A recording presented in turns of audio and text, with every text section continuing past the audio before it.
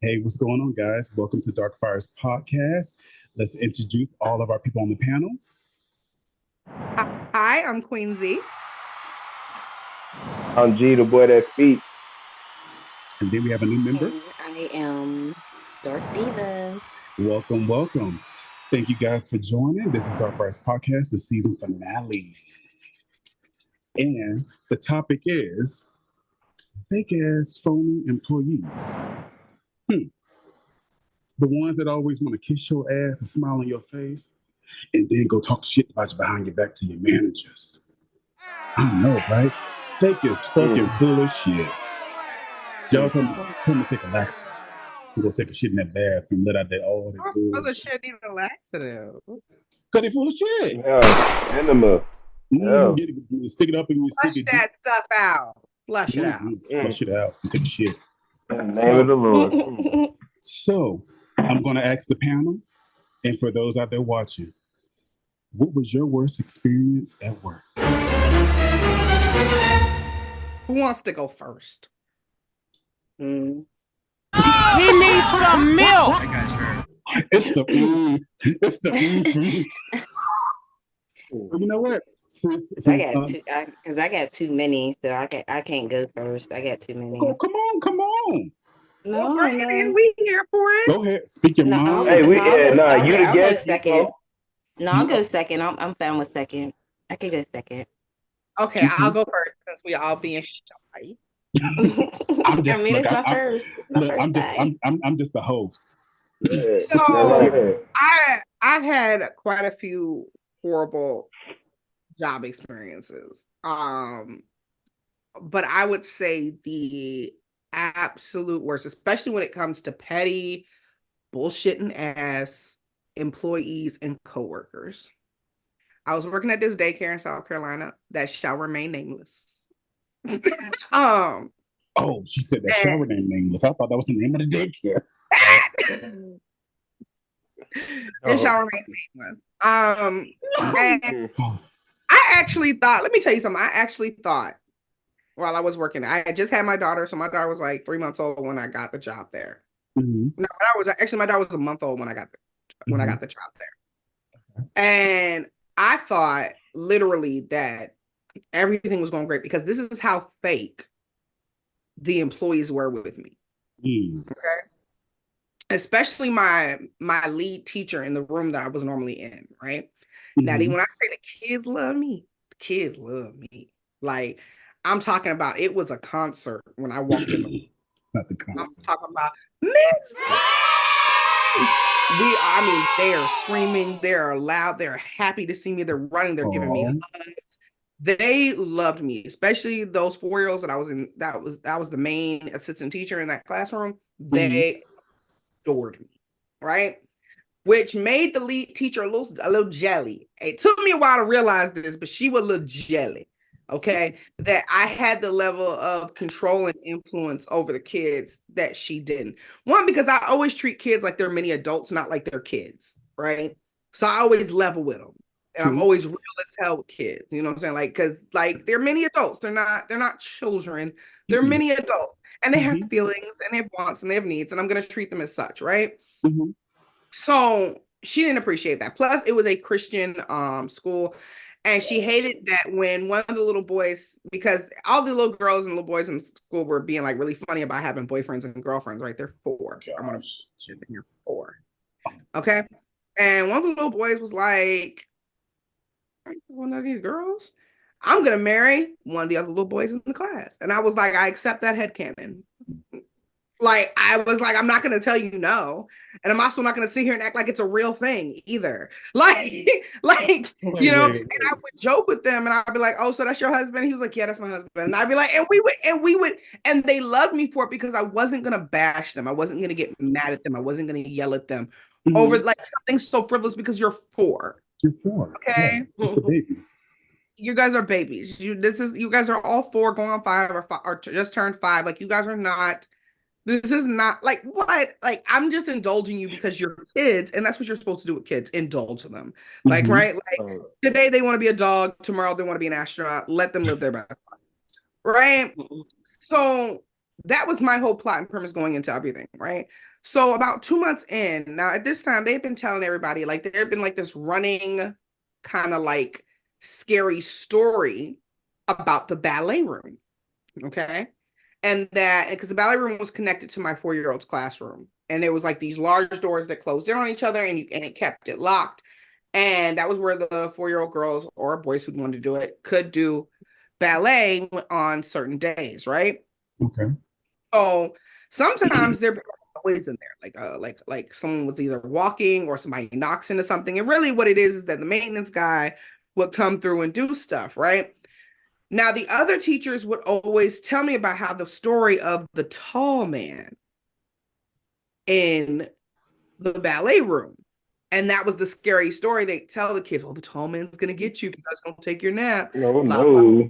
Now, mind you, they should have told my creative, overdramatic ass this information, okay? Because I, of course, take things too far.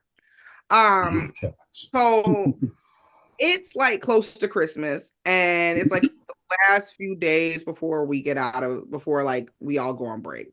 Mm-hmm. And the kids are rowdy. And it's nap time. Now, normally during nap time, I normally like talk to the kids. I'm like, I just understand why you won't take your naps because like you're gonna miss this. You know that, right? Like out of curiosity, definitely like take this time to really enjoy it. I was like, because honestly, after this year, it's done. Like they're not gonna let you do this no more. And they would crack up, they would laugh because I'm being so real with them. So real. But they're 4. Like, right? So, I'm like, shh, you guys be quiet. And all of a sudden, there was like this rattling on the door. So, of course, my overdramatic, very creative ass goes, oh, it's the tall man.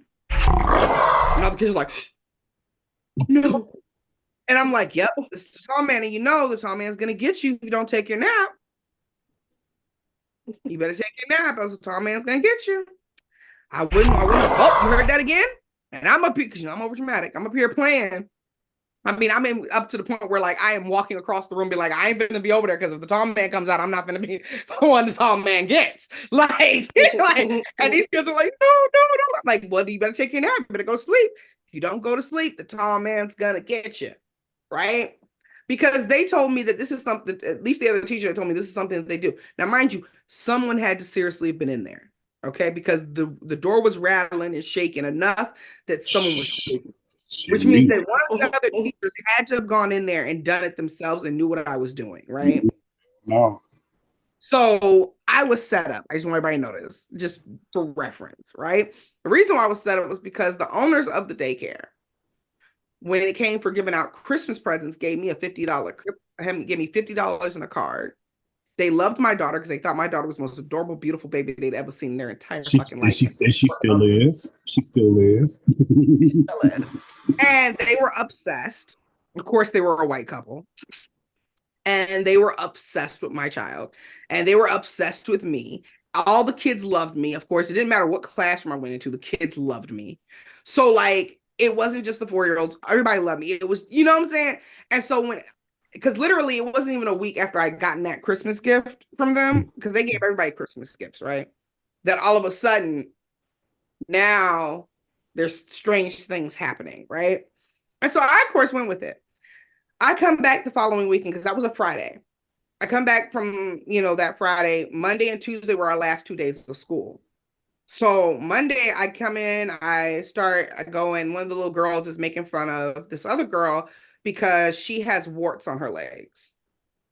Yeah. And the other little girl was making fun of her was kind of on the chunky side. So I stooped down and I said, hey, so I hear we talking about her legs.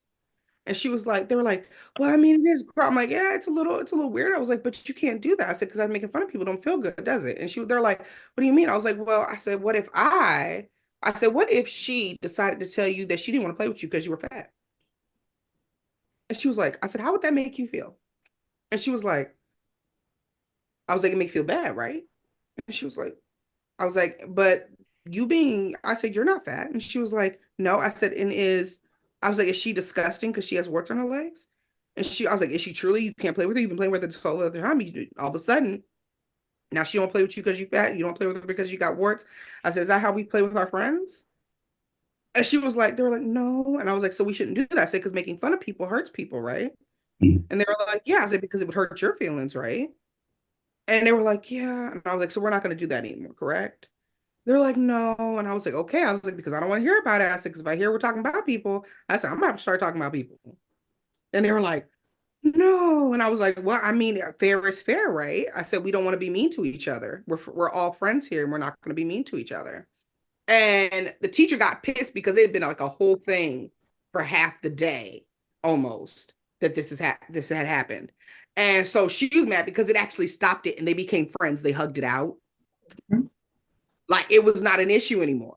Because they respected me. They loved me. Like, you know what I'm saying? And when I said they understood, because I wasn't gonna be around the bush. Oh, it's just not nice to say those things about people. No. Why is it not nice to say those things about people? Because it hurts their feelings. And what if I said something not nice about you? What if she said something not nice about you? How would you feel? And those feelings that you have, she has those same feelings. That's what y'all need to understand. Okay. When we get through all that, I'm thinking everything's fine. We get to the second half of the day, all of a sudden I get called into the office.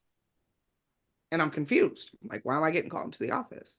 And they're like, Aziza, I'm sorry, but do you know about this scary story about the tall man?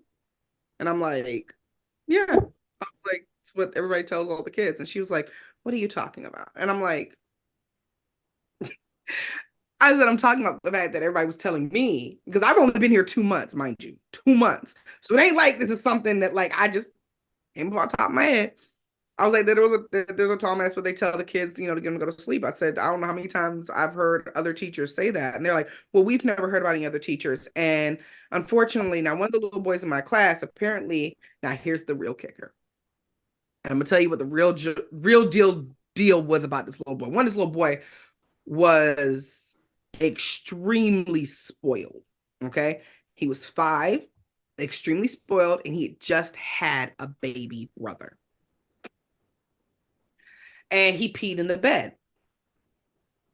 And when his parents found out he peed in the bed, he said it's because he had a nightmare and he was afraid of getting out the bed because of the tall man. Jesus. Now, yeah. So So I'm sitting here like, well, I'm not the only teacher who tells this story. They're like, yeah, but now, mind you, because they love me, of course, he knew exactly who I was. He was like, yeah, Ms. Z said the tall man would get us if we didn't take our nap. Jesus. Mercy. I was like, okay. I was like, well, I'm sorry. I was like, I was just trying to get the kids to take their nap. I was like, I'm not the only one who does it. And they were like, yeah, but unfortunately, we're going to have to let you go. And I'm like, excuse me? I'm like, what? That's completely absurd. Like, what on what ground? On the grounds that I literally had scared a child. Also, the fact that apparently one of the other teacher's husband was the maintenance guy, and he did come around, and they couldn't have the kids running around telling their parents that there's a tall man that is just walking around the thing, because technically, if there's any other adults in the daycare, parents need to be made aware of, right? And it could be, you know, anything could happen. I was like, well, unless that man is literally about to be in here touching kids, I don't see what y'all's fucking problem is. But okay. like I was like, okay, but I understand that's her husband and everything. I was like, but at the end of the day, I was like, I'm not the only one who tells this story. I said the story didn't even start with me. I was like, you guys are acting like this is the first time y'all heard it. Well, this is the first time we've heard of it. What? And I was like, well, somebody was in there banging the door. And I said, and I heard them laughing. I said, so who was banging the door? Because that's why I started it, because I heard them laughing and banging on the door. And they're like, no one saw anybody back there. This is completely absurd. Like, I cannot. So let me make sure I'm understanding this correctly. The 5-year-old boy peed in the bed because he had a nightmare about the tall man. About the tall man. And it got back to your job. They brought you into the office to confront you about that, and they let you go. Mm-hmm. Ain't that about a bitch? That is some BS. But That is the only some clear. reason why it started was because the other teachers had told me that's what they do. I heard them do it, which is why I was like, y'all some petty ass little bitches, because at the end of the day, y'all just wanted me out of here. And I found it ridiculous that all this goes down, because I really would not expect that little boy to have peed in the bed. But if he did pee in the bed, I would imagine it was because he was attention seeking, because his little brother had just been born, and it really did unnerve him. And I knew this because he had told me it did. He was worried that his parents wouldn't care about him the same, that he wouldn't still get all the toys. Poor baby. You know what I'm saying? Because that's a normal 5-year-old. Like, that's the reason why, like, if you're gonna have kids, you need to have another kid between that first kid needs to be between 1 and 3 or 6 and 8. Don't do 4 and 5. No, that's because 4 and 5, you are theirs. Mm-hmm. They have just understood the permanence of you. And if you bring in another child, it will fuck their minds up into believing, like, especially depending on the type of child that you have. Like, if you've been very doting and very spoiling of this child, they will be conceited about it, because their ego, which they cannot control at that age, will cause them to act out in irrational ways, between being horrible to the kid, to peeing in the bed, to temper tantrums, because they need to feel like you are giving them your attention, and not all your attention to this new child. That's why you need to have, if you're going to have kids, go ahead and do it. But make sure if you're going to do it between 1 and 3, and skip that 4 and 5, because if you do it between 4 and 5, I promise you're going to have some problems. Normally, if they're 5 going on 6, you'll be good, because at that point, they'll feel like it's their responsibility, and you'll make it feel like it's their responsibility. But if it's after the age of like 8, know that child is going to be pissed. Like, 8, if that kid is over the age of 8, and between the ages of 8 and 11, you're gonna have somebody who's gonna be pissed, especially if they've been the only child this whole time. That 8 to 11-year old is gonna be pissed, and it's not gonna be the 5-year-old who just seeks attention. No, it's gonna be I'm pissed, I don't want a brother, I don't want a sister, they don't belong here type energy. Like, when it comes to child psychology, you gotta, especially when you're having kids, you gotta realize that there's a temperament to each age. Certain age groups cannot handle, especially if they've been an only child the whole time, certain things. Like, even my daughter, like, I don't want to have another kid until she's at least 6 or 7 years old, simply because of the way she is. It's not because she's spoiled or anything, but because she does not understand. Like, she throws hands with me. And I already know that if I were to bring another child into this picture, it would not work out that well yet. Like, she needs to be old enough to realize that she's gonna help take care of the baby. This is gonna be like her baby. You know what I'm saying? Instead of it being like instead of it being someone here to replace her. You get what I'm saying? And when kids feel like they're being replaced, they act out. They pee in the bed. They have temper tantrums. You know what I'm saying? They act out at school. And boyfriend was acting out at school, and I kept asking him, "What's your problem?" You know what I'm saying? Like, what's good? And he finally told me. Yeah, he's like, my mommy just had my little brother. And I was like, oh no. I was like, well, that's a good thing. He's like, no. He's like, she doesn't play with me anymore. And I was like, bless his heart. You know what I'm saying? Like, I felt bad, and I understood. But see, that's probably the reason why when he woke up and knew he was going to get his ass beat for peeing in the bed, the first thing he thought of was me. And he was like, I always thought that was so wrong. Oh man. And I don't begrudge him for it, because he's 5. Like, you know what I'm saying? But like, their petty attitude towards the whole situation, that I begrudge. Yeah. What are you talking about? And I actually really like that job. And they were just like, no. And it's the fact it's the pretending that they don't know. Well, no, what made it even worse was that during the time that I was playing with the kids about the tall man, one of my lead teacher came, one of the office ladies came in and tried to ask me where these pictures of my daughter. And I was like, no, none of those are my daughter. And I found that super disconcerting. Pictures of your daughter? Yeah, because it was like this little random light-skinned baby. And I was like, no. I was like, that's not my daughter. My daughter has a birthmark. It's red. It's right in the middle of her forehead. And they were like, oh. And I was like, yeah. And I was still joking with the kids, and they were laughing. Some of them were acting scared. Like it was because at that point, nap time was almost over, and they were just like there was some that were sleeping, some that weren't. You know what I'm saying? And so they knew what I was doing that day. So for them to have taken for it to be a situation, if it was really that serious of a situation, you know what I'm saying? Then you should have addressed it Friday. But then you didn't. You let me go all the way through work and then work on Monday, pretty much so. Only to call me to the office, halfway through the day and be like, "Oh yeah, so we're firing you because the little boy had a peed on himself." Jesus. I was like, okay, whatever. I was very heartbroken too because I love them kids. When I work with kids, I love my kids because I love kids. Like they're awesome.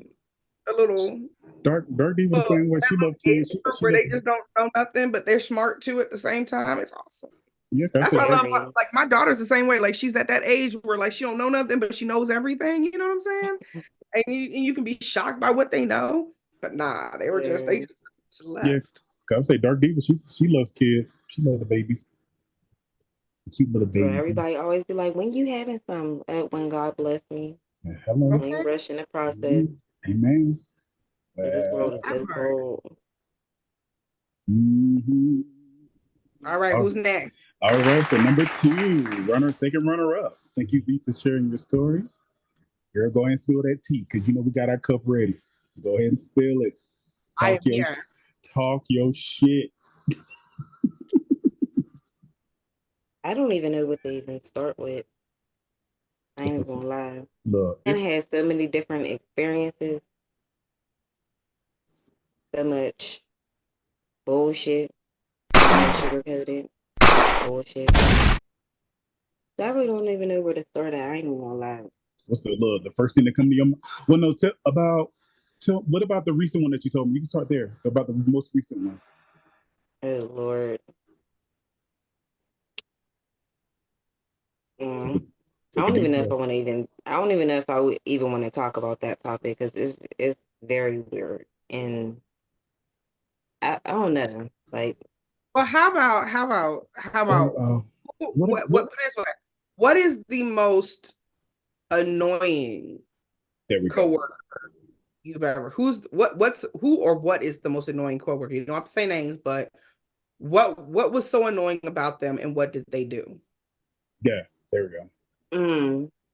Well, one of my coworkers, I'm not going to say recent or current or whatever, but none of the above. One of my coworkers, like every time there's something personal going on with me, they basically take it personal for themselves. And I don't know if it's because they have to pick up the extra slack because I can't be there because of my health or whatever. Like, I don't know, but it's just weird coming to work and it feels like everybody been talking about you. But at the same time, everybody's still cool with you, but that one main person. And then you're like looking at them sideways like, okay, what the hell did I do to you? I've been out sick. What the hell did I do to you? You know what I mean? Like, or just going through anything personal and a person just, like I said, taking everything personal for themselves. And when you coming through, it's like, you're not even welcome. But yet everybody want to be like, oh, we're family, we're family. And then when it comes down to actually being family, they ghost you. That's what annoys me about the whole entire thing, that don't make me feel like we're family just because I'm here. Because when I'm not here, who's checking on me? But I'm always checking on y'all. Like, as if y'all really my family. Like, no, that's not fair. Like, what is the point? What is the point of it all? Like, that's what we really need to get down to the nitty gritty of that. Like, because it makes you not want to work the place and you really be loving your job or whatever, but the energy be so tense that it makes you not want to be there half of the time. But at the same time, it's like I have goals, I have things that I have to reach and stuff like that. So I'm not letting nobody take my money, pretty much. Like, say that again. Like, you're not about to fuck up what the fuck I got going on. I want my peace, so that's where I'm going to be at. I'm going to be at peace with whatever. Mm-hmm. But all that extra stuff, like, keep all that shit at home. Whatever personal problems you got with yourself of whatever the case may be, because ain't nobody put no gun to your head and tell you to work. So if the job is stressing you out more than the coworkers or the people that come in and out your job or whatever, if it's not them, then it's obviously you. It's a personal problem for you. Like, look, say that again. I don't think they heard you in the back. Say that again. I don't think they heard you. My mom always say, like, you'll be strong. And that sounds like a personal problem. A you problem. And I gotta end that part right there. Could we go to the next one? Because I'm a little shy and this is my first one. So, girl, don't be shy. You're doing good though. You're doing good. No, keep it up. No, you're doing good. I know, but it'd be so hard because you be trying not to say names. You try not to say the job and different stuff like that because you don't want slander or nothing like that, or just any of that, like, or rebuild drama or whatever the case may be. You know what I mean? But like I said, it's many places that I've worked where it's always been some shit where I either had to quit because I was ready to beat one of the managers' ass or ready to beat one of the coworkers' ass. So I would rather quit than beat somebody's ass. Like, I'm not going to jail for y'all. Y'all not worth it. Hey, no, ain't nothing worth my life. Straight that part, or my freedom, honey. Damn straight. Like, my freedom means a lot to me. I'm good with that. And from what I've learned, like out of all the jobs I worked at, the company be good. It be a good company.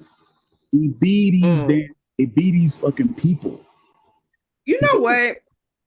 I will say this. It really kind of is. Like you will be working for a good company. It'll be a great place to want to work. And then the people just be shitty. They fuck it up. Like even now, like I won't say recent or old, but I worked at a place where, like, and one of my biggest pet peeves about working a job, and I know millennials and Gen Z will be like quiet quitting and all of a sudden, like, man, if you there getting paid, that's your job, and you do the job. Now you don't got to do more than what the job prescribes because you ain't getting paid to do more than what the job prescribes, but you did the motherfucking job, okay? And the shit that gets me every single time is working at a place and people act like the job description is too much. Man, nigga, we get paid to do this. That's what we here for. Like that's why they pay you. Thank you. That's why they pay you to do this right here. Like I've had. Well, I'm sorry. Go ahead. No, I was going to add on because you just reminded me of some shit. Well, no, seriously, because I've worked at places where, like, I've had people who literally, and don't get me wrong, I understand that our phones are distracting, and yes, I too want to be on my phone all goddamn day too. Like, I would love to be reading my fan fiction instead of doing this motherfucking that fucking part. The fuck?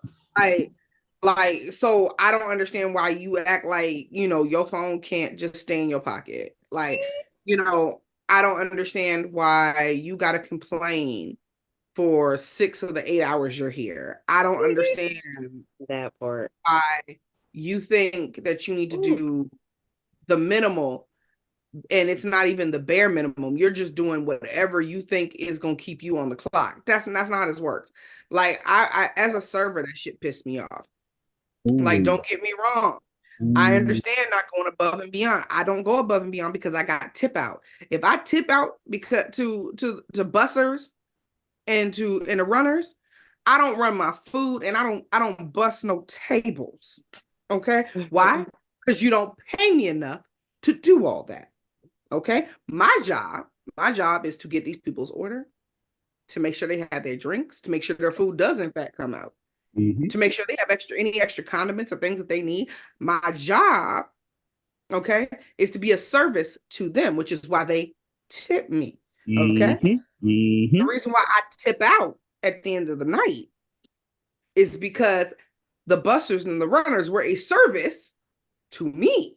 So they get a percentage of my tip.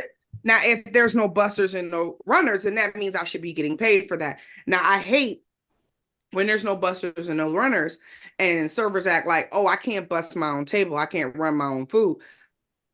That's our job. Like, if there's no bussers or runners, that's the job. Like, that's the job. Like, I don't know what you were thinking, where you were at when they told you, but that's the job. And I'd be mad confused with people when they come into work and act like all they got to do is sit on their hands, twiddle their thumbs, and look stupid, and then claim that somebody did something wrong. Nah, I got busters and I got runners, cool. You remind me of two jobs. We got busters and we got runners, and yeah, I'm gonna chill. I'm gonna do my job and I'm gonna chill, and make my money, and I'm gonna chill. Like I have told managers who will be like, "Oh, can you help run this food? Are the runners busy? Like, are we that busy now? If we're that busy, we're that busy, of course, of course. But like, if we are almost dead and you ask me to run a plate and we got runners, then what the fuck am I tipping out for? Absolutely not. What the fuck am I tipping out for? Get somebody Explain to me what I'm tipping out for. Then I don't need to tip out tonight, then, right? Because I'm running my food and I'm busting my tables. If I'm running my food and busting my tables, I don't tip out. And that's what I mean by, like, yeah, sure, do the job. But don't do the little petty bullshit where, like, you ignore your job just because you want the check. Like, yeah, you want the check, so do the job. Like, that's why you have it. I swear for God, like, I cannot understand getting a job and not doing the job and then complaining because there's too much. What do you mean there's too much work? You're at work. No, let me add on to that because I seen this shit and I don't give a damn. I'm gonna say the name. Main Event. Shout out to y'all. Good workplace. Don't get me wrong. Main Event is a good workplace, but during that time when I was there, though, not all of the employees, certain ones, and newbies. Now, when you apply, you do your training. That's required for every job to do your training, right? So you're going to make sure when you do your training, you're going to remember, okay, I'm going to memorize the menu, I'm going to memorize the drinks, liquor, stuff, whatever. Okay. What got me was some of the runners or some of the waiters. That what you just said about the whole cleaning your tables, busting the dishes, especially if you got 25 bowlings on a goddamn Saturday and none of you bitches ain't cleaning behind your shit. Like, if there's no busters and runners, do your job. Do your job. Do your job. Now, me, I was one of those type of people. I was a team player, so it didn't bother me that much. Like I was a game attendant. Now, mind you, everything was full in the fucking game attendant area. It was people at the bowl desk, people in winner's choice. They had 2 fucking people in laser tag. So I'm just sitting here around, floating around this bitch like, okay, what the fuck am I going to do? Hey, Tyler, can you help out? Hey, Tyler, can you help out the waiters? They need help busting tables. Now, mind you, management wasn't the greatest, but... I love it. Management wasn't that great. No, because this is why... Okay. For those out there in management, I'm going to give y'all a quick little game plan right quick. If your labor goal says 30% for the day, it is okay to go a little bit over your labor goal just so that way the store can fucking run. If you schedule your staff under that labor goal and you guys are hitting numbers, you're going to lose half of that because you don't have enough people running it. Because why? You're giving out refunds. You're giving out discounts. You're giving out free shit. So schedule accordingly. Don't schedule what the fuck your shit said last year, bitch. That's what last year shit. I love it. That was for last year. Oh my God. Every job is like that. They always be like, well, last year we did da-da-da-da-da. Okay, it's a whole new year. It's a whole new year. Upgrade. Thank you. Upgrade your shit. Yeah. Upgrade your shit. Thank you. Right. Gonna let me upgrade you. So and it was like, and it was like, and look, and it wasn't just a main event. It was it was also a Jimmy John's. Hey, shout out to them. Hey, shout out to them. I was just about to actually get in that bag, but I'm gonna let you go ahead and start. Look. No, because it's your turn anyway. Yeah. I'm saying, look, we can roll it over. So just to start it off, even with Jimmy John's. So when I was store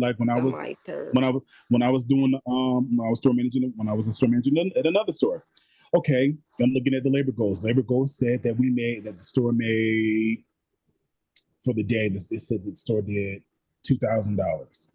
Okay, that was last year. Well, Tyler, make sure you schedule this month. No, I'm gonna schedule what the fuck I need. Granted, don't get me wrong. I'm an OG. I can do this shit, but I'm scheduling for the other managers that can't do this because they're not seasoned like me. Like I could look shit. Look, don't let me get to bragging, because I've managed to run a $2,500 lunch with just 2 in shops and 1 driver, because I had 2 strong in shops while I do delivery so I can help out my drivers. I can do shit like that because that's what I'm built to do. But half of these people are not built that way, so I can't hold them to the standard that I already got years of experience in, but they only got 2 months in. Can't do them like that. So, well, no, it's kind of like, so I think managers, and this is what I think about managers, and this is like everywhere, because even places I've worked recently, one of the things that pisses me off is people who don't schedule correctly. Girl, don't get me started. Like, there are certain places that will give you kickbacks if you're a manager, if you schedule under, you know what I'm saying? Like, so if we can't make the money we need to make, the productivity we need to do, and I only have such and such people working part-time, whatever, or full-time, whatever, then I get the kickbacks. But the problem with that is things don't actually run smoothly. We may make the money. No. We may make the money, but things don't run smoothly. Oh. It's chaotic. There's not getting done. And I hate the managers who look at us like, just sit on and we're like, but don't you realize that you're stressing us out? Like, I don't need to be this level of stressed at work. No, absolutely not. Got me running around like a chicken with my head cut off for what reason? I don't know. Thank you. Because you just didn't, because you want the kickback. Like, can I get a kickback? Oh, you want to know the icing? Oh, you want to know the icing on top of the cake? No. To add on to what you just said, what used to piss me the fuck off was that I will make the perfect schedule. Perfect goddamn schedule. And send it to management. These sons of bitches go ahead and change the whole goddamn thing. So what the fuck was the point of me making the goddamn schedule if you're going to change my whole entire shit? Or better yet, what's the point of a schedule that comes out literally 3 days before your next shift is started and you don't know? Like, this is one of the things I had a problem, and I had to talk to my current job about, because they did the same shit used to piss me off. So my thing is, I feel like the schedule should be posted at minimum 2 weeks in advance. Mm-hmm. Or at most a month in advance if you can push it. You know what I'm saying? Mm-hmm. So that people can plan their lives around it. Yep. But that's not what my job did. My job, literally, we would find out. So our schedule went from Sunday to Saturday. You wouldn't know what you were working the next week until Thursday or Friday of that coming week. So let's say I worked that Friday. I would know that Friday if I was actually working the coming Sunday. But I wouldn't be aware until I got to work that Friday what I was working that coming Sunday. And I was like, that's not acceptable. Like, I have a daughter. I do not have my own car at this current moment in time. I need to be able to know when I'm working so that I can make arrangements, right? And at first they were kind of acting like, what do you mean? What's the issue?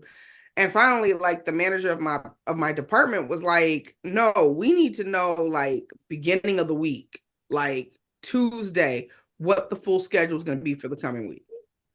Like, she was like, I'm not, she's like, if I have to make the schedule myself, we'll do that. She was like, but we're not, she was like, this whole waiting till Friday. She's like, because too many people are calling out, too many people, have other jobs. Some people working two or three jobs. And it's like, if people are working more than one job, you're conflicting with another job. Mm-hmm. And then I was thinking, then it's the fact that nothing is consistent. You get what I'm saying? Like, 1 week I'm working Sunday, Monday, don't working until Friday, work Saturday, work Sunday.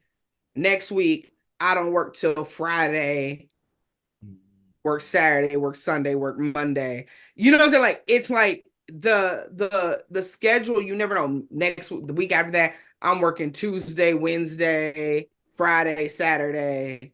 All the way fucked up. Like just making it so that like basically I've got to figure out literally like a few days prior to my shift what I'm gonna do. One, about my daughter. Two, about a ride. And I'm like, that's ridiculous. Like y'all need to be consistent. One, precise. What is happening here? What are we doing? If you can give me my schedule 2 weeks in advance, I can make plans. Because one of the people who I wanted to babysit my daughter, she was like, well, I need to know like a month in advance what it's going to be. And I just looked at her like she was crazy because I was like, ma'am, I don't know 4 days before my shift what it's going to be. A month? So, what do you mean? So I can't let you know a month in advance if I'm going to need you to watch my daughter. So that like, goes. But and it's like either way, I'm getting hit. Ooh, sorry, y'all don't. Wait, what? What you say? All I heard was, "Oh, look at." I was like, "Bro, what?" I mean, you gotta know. I mean, I know that's what I said. I'm like, I mean, you always had a nice rack anyway, but I mean, don't even cover. Just let them all. Hey, that's my bro, I keep trying to show out my shirt. My shirt is not. That means you were matching. You're matching. Okay, and my bra was. I was like, I didn't even see the bra there until you pointed it out. Time, let me hide my goodies. You can't even hide those secrets. It's all out. Look, there's not enough secrets to be hiding. There are enough secrets. If you jump, they jiggle. So that's enough secret. I don't know if that's necessarily true. I don't know. See, I would say stand up and jump and let the panel judge, but I ain't gonna do it like that. We're not doing all that. The point is. Well, so okay, so my bra showing it aside. So speaking of minutes, so that kind of rolls over to the next question, which is going to be for bro down here. Is what was your experience like with management support? Management support. Well, that's a deep. Oh boy, what do I?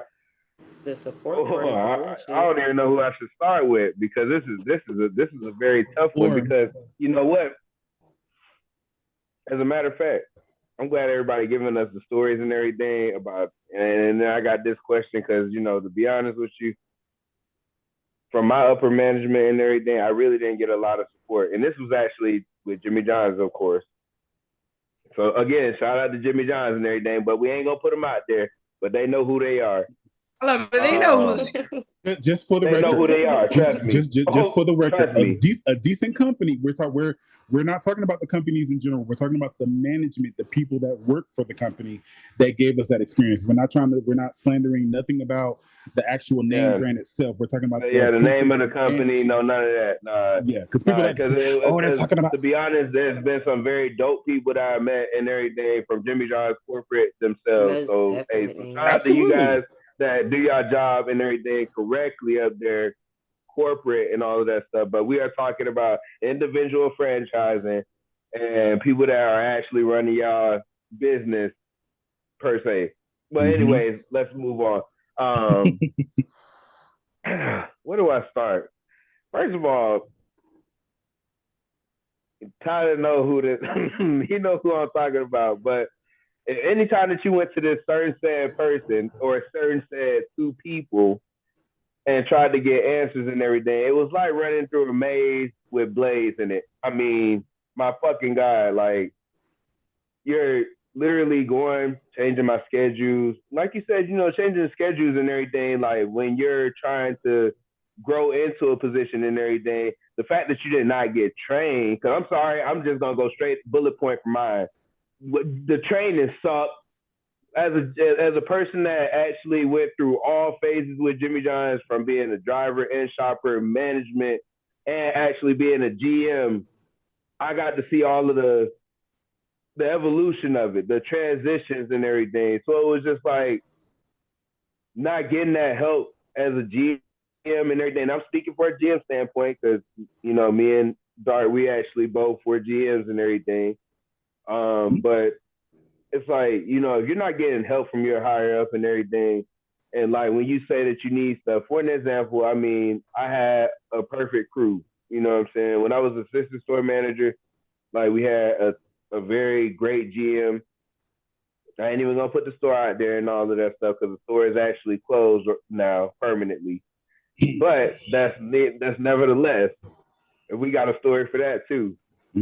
But the GM and everything was very strong that I had. You know, we were very close and everything like that. You know, and we ran our team flawless. Everybody that needed the day off could get the day off. Everybody that wanted to work certain set hours, hey, me and her, we were covering.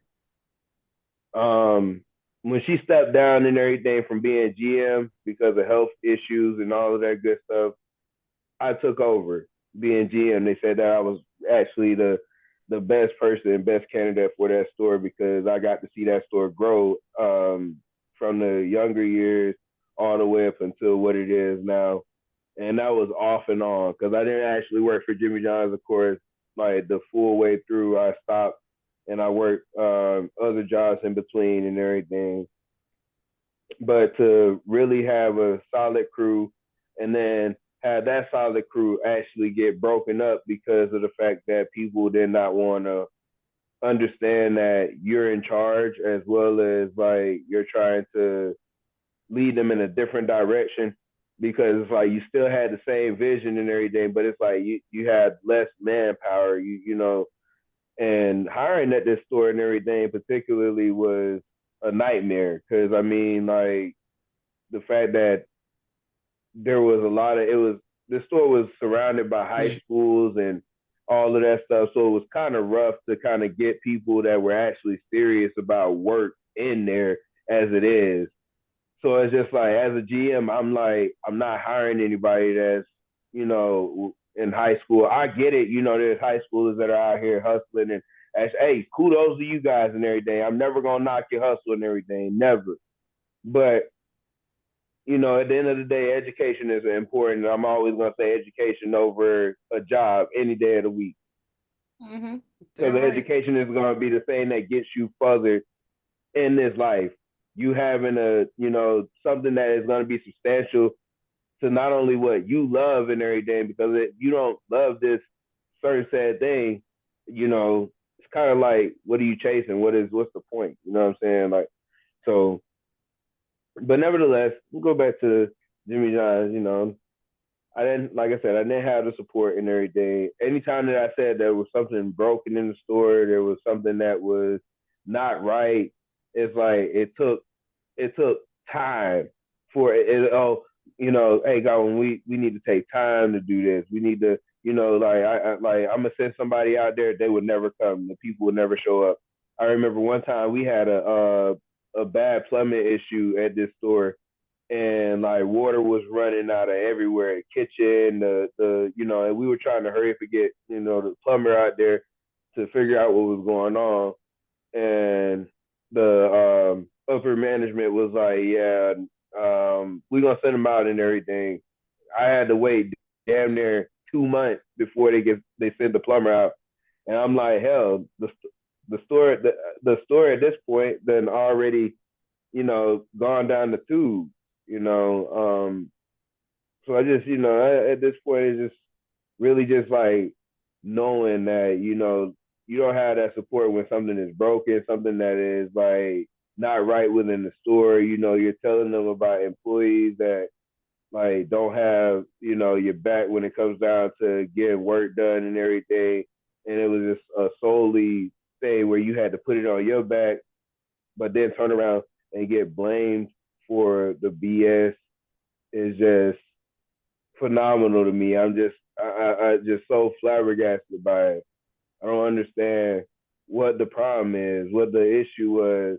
If you're running a store and everything, you're supposed to have that support from every angle, whether it be your employees, your upper management, even yourself and everything. Supporting yourself and everything, most of all, knowing what your store needs, knowing what your store got going on, and you seeing the issues and everything and trying to point those things out and actually work on those said things, for higher management, and sometimes in some cases that's a challenge, that's a problem because they don't want to sit there and they don't want to fix the issue or even try to help you with it, especially if your store doesn't make money like that. Well, and you I know, lost a lot of employees. Sorry, not to cut you off, but when I was working, I told y'all about that place, Relish and More, right? The one that made the specialty burgers. Remember this? So Yeah. we had a manager, and our manager he was all about the money. Like, and I wouldn't say like when I say support, manager support, there was no manager support. There was no one to complain to. Like we couldn't go to nobody and be like, all right, look, this is not working like this. When I tell you this man didn't give no fucks, he was so much about the money. I'll never forget it. We closed at 11. We opened at 11 we opened at 10:30. We closed at 11 p.m. And I'll never forget, it was 10:58. We had brought the tables and the chairs in. The back of the house, they were cleaning the grill. Like, because literally we were 2 minutes from close. It was time to go, right? This man's so much about the money that he legit, this group of like, I'd say by like 6 or 7 little kids, not even kids, they were like probably like early like 20s, late teens, like 18 to like 22, right? They come walking in. Oh my God, are you guys closed? Me and my girl sitting at the kiosk, we're wiping down everything, and we're like, yeah. And then here goes our manager. Oh no, we're not closed. We're not closed. Who is this we? We were. Wait, I don't speak French. Like, okay. I'm like, and I'll never forget Tierra being like, dude, his name is Bob. She was like, Bob, it's 10:59. We don't close till 11.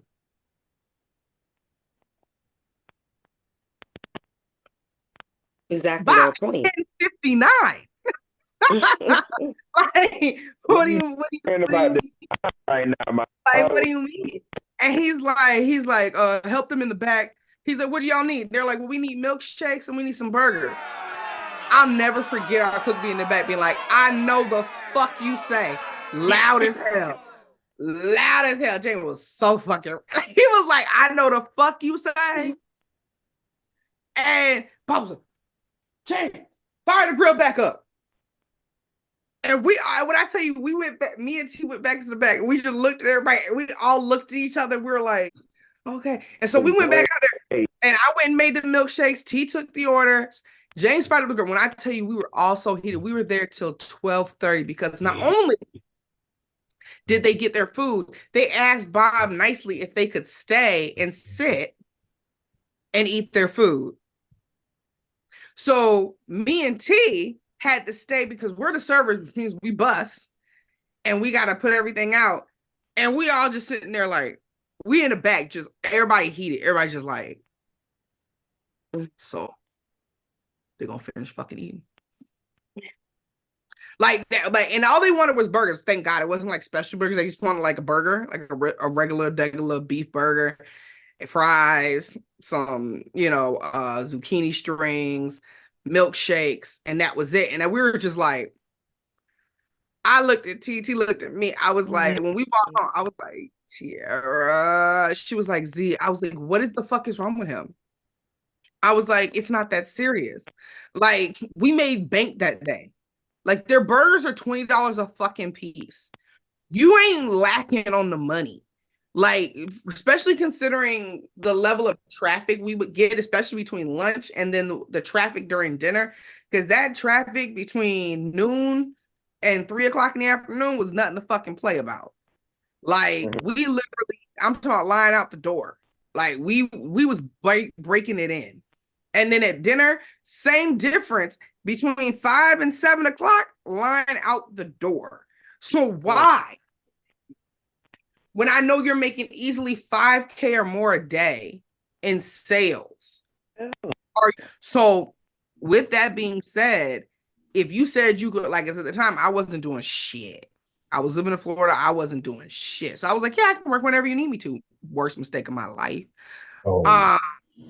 And so they put me on a schedule, like 5 days out of the week, I'm working doubles, like back to back to back, 11 to 11, 11 to 11, 11 to 11, 12 to 11, 12 to 11, 12 to 11. I'm like, and at the time, this was my first like real job, like, you know, for real. So like, I didn't really think nothing of it. But like, now that I think back, I'm like, yo, for that little 10, 15 hour, and we couldn't get tips. What? We had to refuse tips. We had to refuse tips. We were. Oh, you did tell me about that job. They told us there was a sign on the door that says you don't tip for great service. I'm sorry, I thought that was the point of great service was to get tipped. I didn't know that. Right? Yeah, the fuck. What the fuck? Sign on the door. We don't tip. You don't tip. They're telling us you don't have to tip for great service. Bitch. On the play. And then it's like literally get upset with us. Like if they caught us taking money from people for tips, they would get mad. And I remember, I don't know how many times I had people be like, so I really can't leave you a tip. Because they would be like, no, you did a great job. I really, you know, you were very informational. You really helped me out. I was really enjoying this. So can I just leave you a little tip? And I'm like, we would have to say, I'm sorry, but we don't take tips. And I don't know how many times I got pissed because I don't know how much money extra I could have made. A lot. Oh, sorry. Like considering how many times I had people be like, oh, well, let me tip you. And I don't know how many times. Now there would be like the rare once or twice in a shift. And really didn't happen that often. It was really like maybe once or twice a week. I'd get one or two people who were like, so I'm just going to leave this right here. And if I just walk away. You know what I'm saying? Like, it's gonna magically disappear. You know what I'm saying? Like, they were like, because, you know, if I just leave it there, then, you know what I'm saying? Like, I didn't give you a tip. You know, like, I've had a lot of enough real people, you know, enough real people were like, nah, we got you. What you talking about? You can't get a tip. Here's $20. Like, you know what I'm saying? Slide it on in your pocket, that baby. It damn straight didn't happen often enough for it to be a real thing. Like, I may have made an extra tip of $20, $25, maybe every week to every other week, because I don't know how many times I said, no, sorry, we don't take tips. And people were like, oh, well, sorry about that. I don't think people understand how much server, a runner, waiter, you know, whatever that category is of you being a server. I don't think people understand the amount of money you make within a week. Like when I was at Main Event, it was this one worker. She was at the bartender. Let me tell you, she would make drinks out the ass. She will make at least. Man. Look, a slow day, $250 in tips is a slow day for her. That's a slow day. That's a slow day. As a server, when I was working at Dave & Buster's, a slow day for me was making like $150 on a shift. And that's only in 4 hours. Mm-hmm. Like, and that's a slow day. On a good day, I was making $350, $400 easy. That part. That's not a double. That's a regular degular. That's a 4 o'clock to 11 o'clock shift. Like we're not talking about. And if I work a double, so I can walk out of it for $500, $600 with easy in a day. And like we're and I'll never forget. Let me tell you what this one time. I'll never forget. I wanted to punch my manager in the throat. Oh shit. Love you. Don't say nothing to me, TT. You know I love you. She wanted to punch you dead in your food box, bitch. But no, let me tell you what happened. So this was like during the holidays. Ooh. And I was very, very lucky to get a table that had like 10 people at it. And I'm very good at being a server. I can memorize orders like it's nobody's business, and I'd be on it. So, and that's one of my tricks, especially when I have big tables. I can memorize their order. I say it back to them, and I say it back to them as I'm writing it down because I'm good like that. To make sure that I got everything. And they're like, "Oh, that's right. You're right." I'm like, "Thank you." I'm like, "All right, so I'll get those drinks. I'll be right back. Is there anything else I can get you guys while I'm getting you started?" And they're like, "No, we're good. Thank you." I was like, "All right, awesome." I go run, do what I gotta do. Now, the whole time, I didn't think twice about this table. Okay, they paid through the app. We had to look, so all they had to do was scan the table and pay for their food. So I didn't know this woman had left me a $500. I didn't know. Shut the fuck up. When you do it on there, I don't see it till the end of the night. Right? Did you just say 500? Yeah, 500 on one table. Look at God. Let me do it. Look at God. Okay. so by the end of the night, I made like an extra $350, almost $400. So I'm thinking I'm sitting pretty. I'm looking at my tip out. I gotta tip out like $60. I'm like, bet money. I'm going through my cash in my pocket to tip out. And I look at the thing and I realize it's because I made $900 in tips. And my brain is like, that's what? So I'm a little confused, right? Because I'm like, that don't. Where the extra money come from?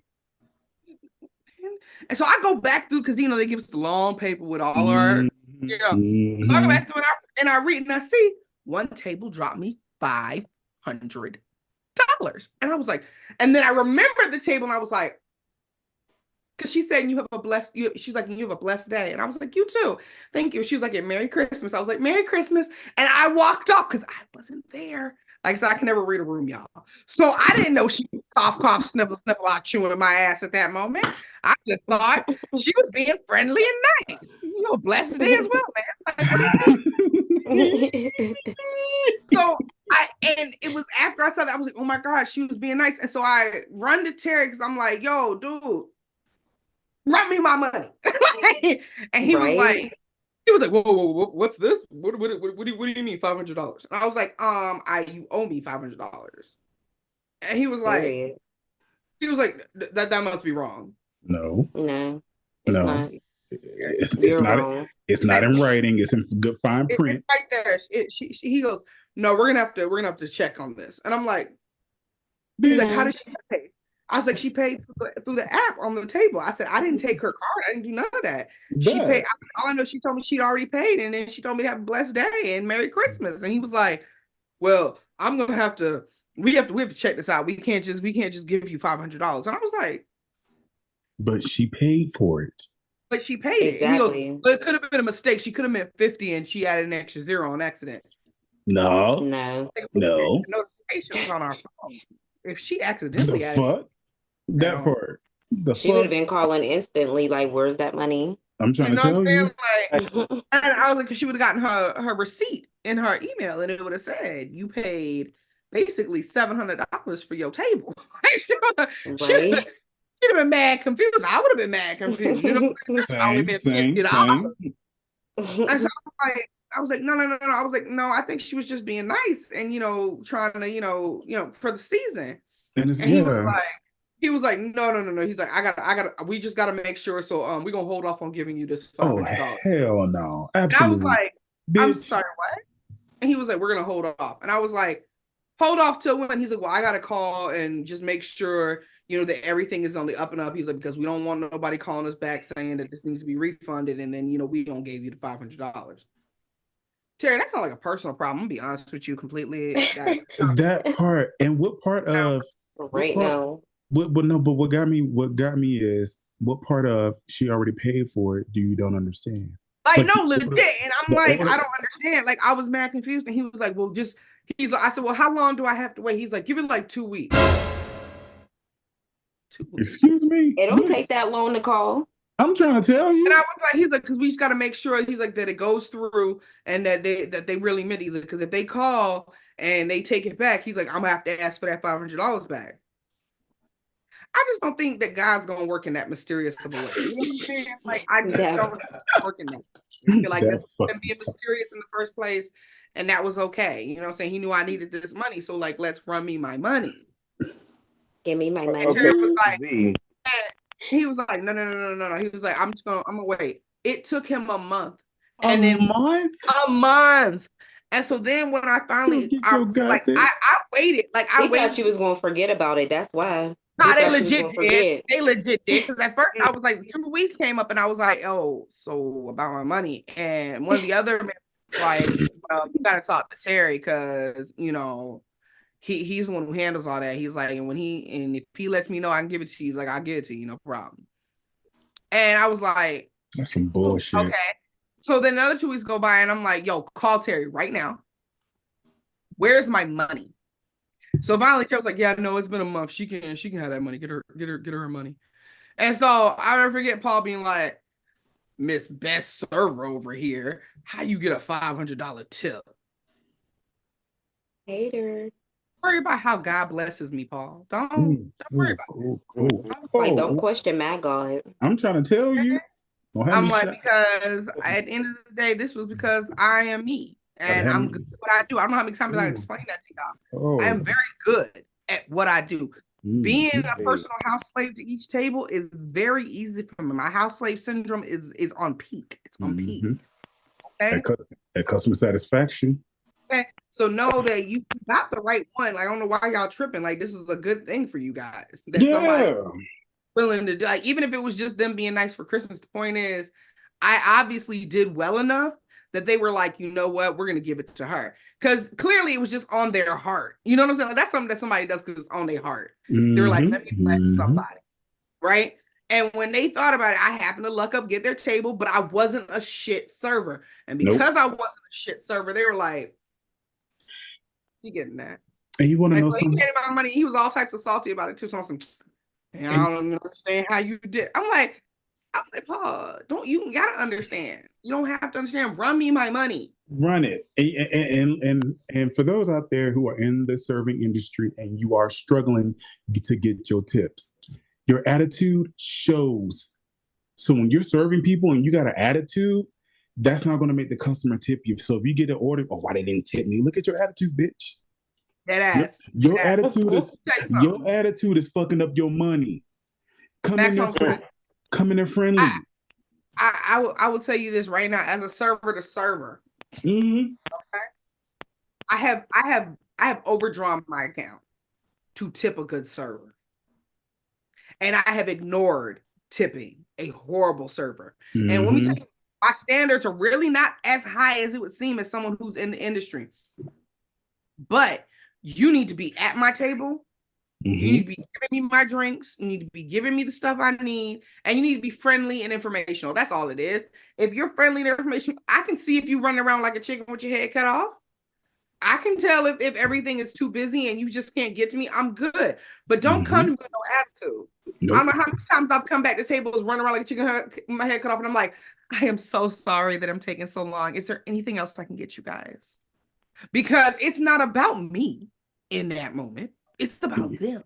That, and also let me also piggyback right off of that. Hey, y'all delivery drivers out there, that goes for y'all too. Delivery drivers, that goes for y'all too. Yeah. Look. Even though if a delivery is late, it is not your fault, because sometimes it could be the manager's fault because they're not managing their time and they're not managing what they need to do to bring y'all the orders to the customers. But as a delivery driver, just because the manager is frustrated don't mean you need to be frustrated. But also the other thing about that, bring me everything I ordered. That. If you want your tip, I better have everything I ordered. Don't be looking at me crazy. This is all they gave me. Check the order. I know for a fact you guys. Double check your shit before you walk out the door. Double check your shit. Did you get everything that she ordered? Oh, she's missed. It says it came with a drink. Is the drink in the bag? Now it's in the bag. Now look, I'm a witness to this because in my Jimmy John days, that has happened. With my drivers, they'll be moving too fast, trying to bag shit up, they see a tip. Well, I see a $5 tip on this or $10 tip. No. Yeah. One, that's not cherry pick. Two, just because you see these tips don't mean nothing, because you can easily fuck that up the moment you forget a drink, bag of chips, or a sandwich. If I set 3 goddamn sandwiches over here and I got a receipt over it, that's all they shit.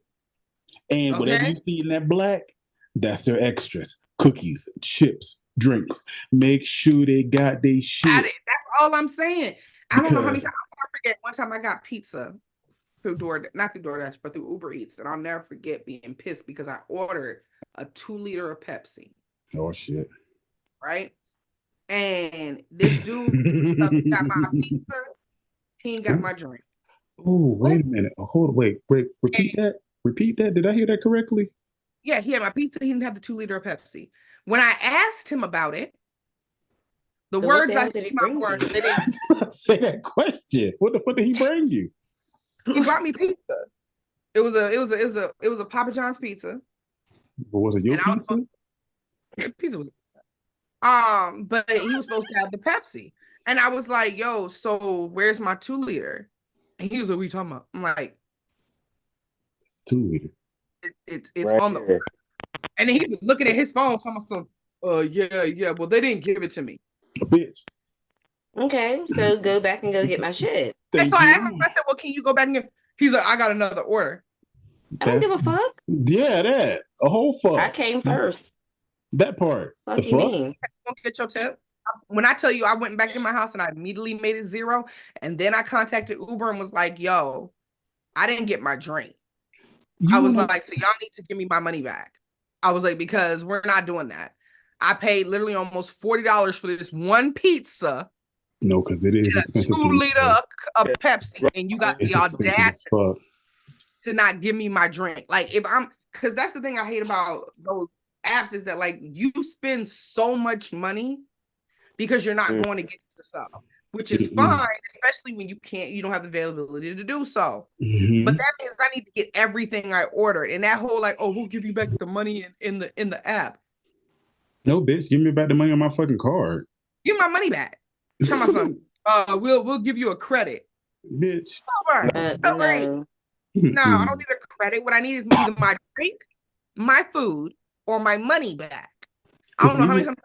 Because even when I used to do Uber Eats, I used to always double check. It was on now. There was only one slip up that I had, and that was mainly on their fault because they already had the shit bagged up. Like you know how you get your order, they already have it clipped and bagged up. So I don't be wanting to give them. I don't be want to give them an open up bag because I want them thinking I'm fucking with their shit. Well, see, and I get that, but see, I get that. Like, COVID fucked a lot of shit up. It did. Okay? And it caused a lot of shit to be haywire. Because, like, there used to be a point in time where, like, if they had your food out, it wasn't tied up and individualized and all this other stuff because that wasn't the protocol. No. You know what I'm saying? But now it is, and I understand why. But at the end of the day, I make sure that they put everything in that order. Ask them. You know what I'm saying? Ask them. Like I understand when it's all bagged up, you're just rushing. You want to get it and go. But ask the questions because that's your job. Yep. You want a tip. You want that tip. I need to have good service. I need to have everything I ordered. I need to have here in a timely manner. If those two things are not, feasible, you know what I'm saying? If they told you, oh, we don't have no more Pepsi, then you say, hey, let me contact them right quick and see if they want something else. You know what? Thank you. Because I've had to do that. Like when I was because I've had people literally leave and not get my drink and then tell me at the door, oh yeah, they didn't have any more of that. Okay, Yeah, like there are other options. Like I could have gotten something else. You should have said something. Yeah, like right.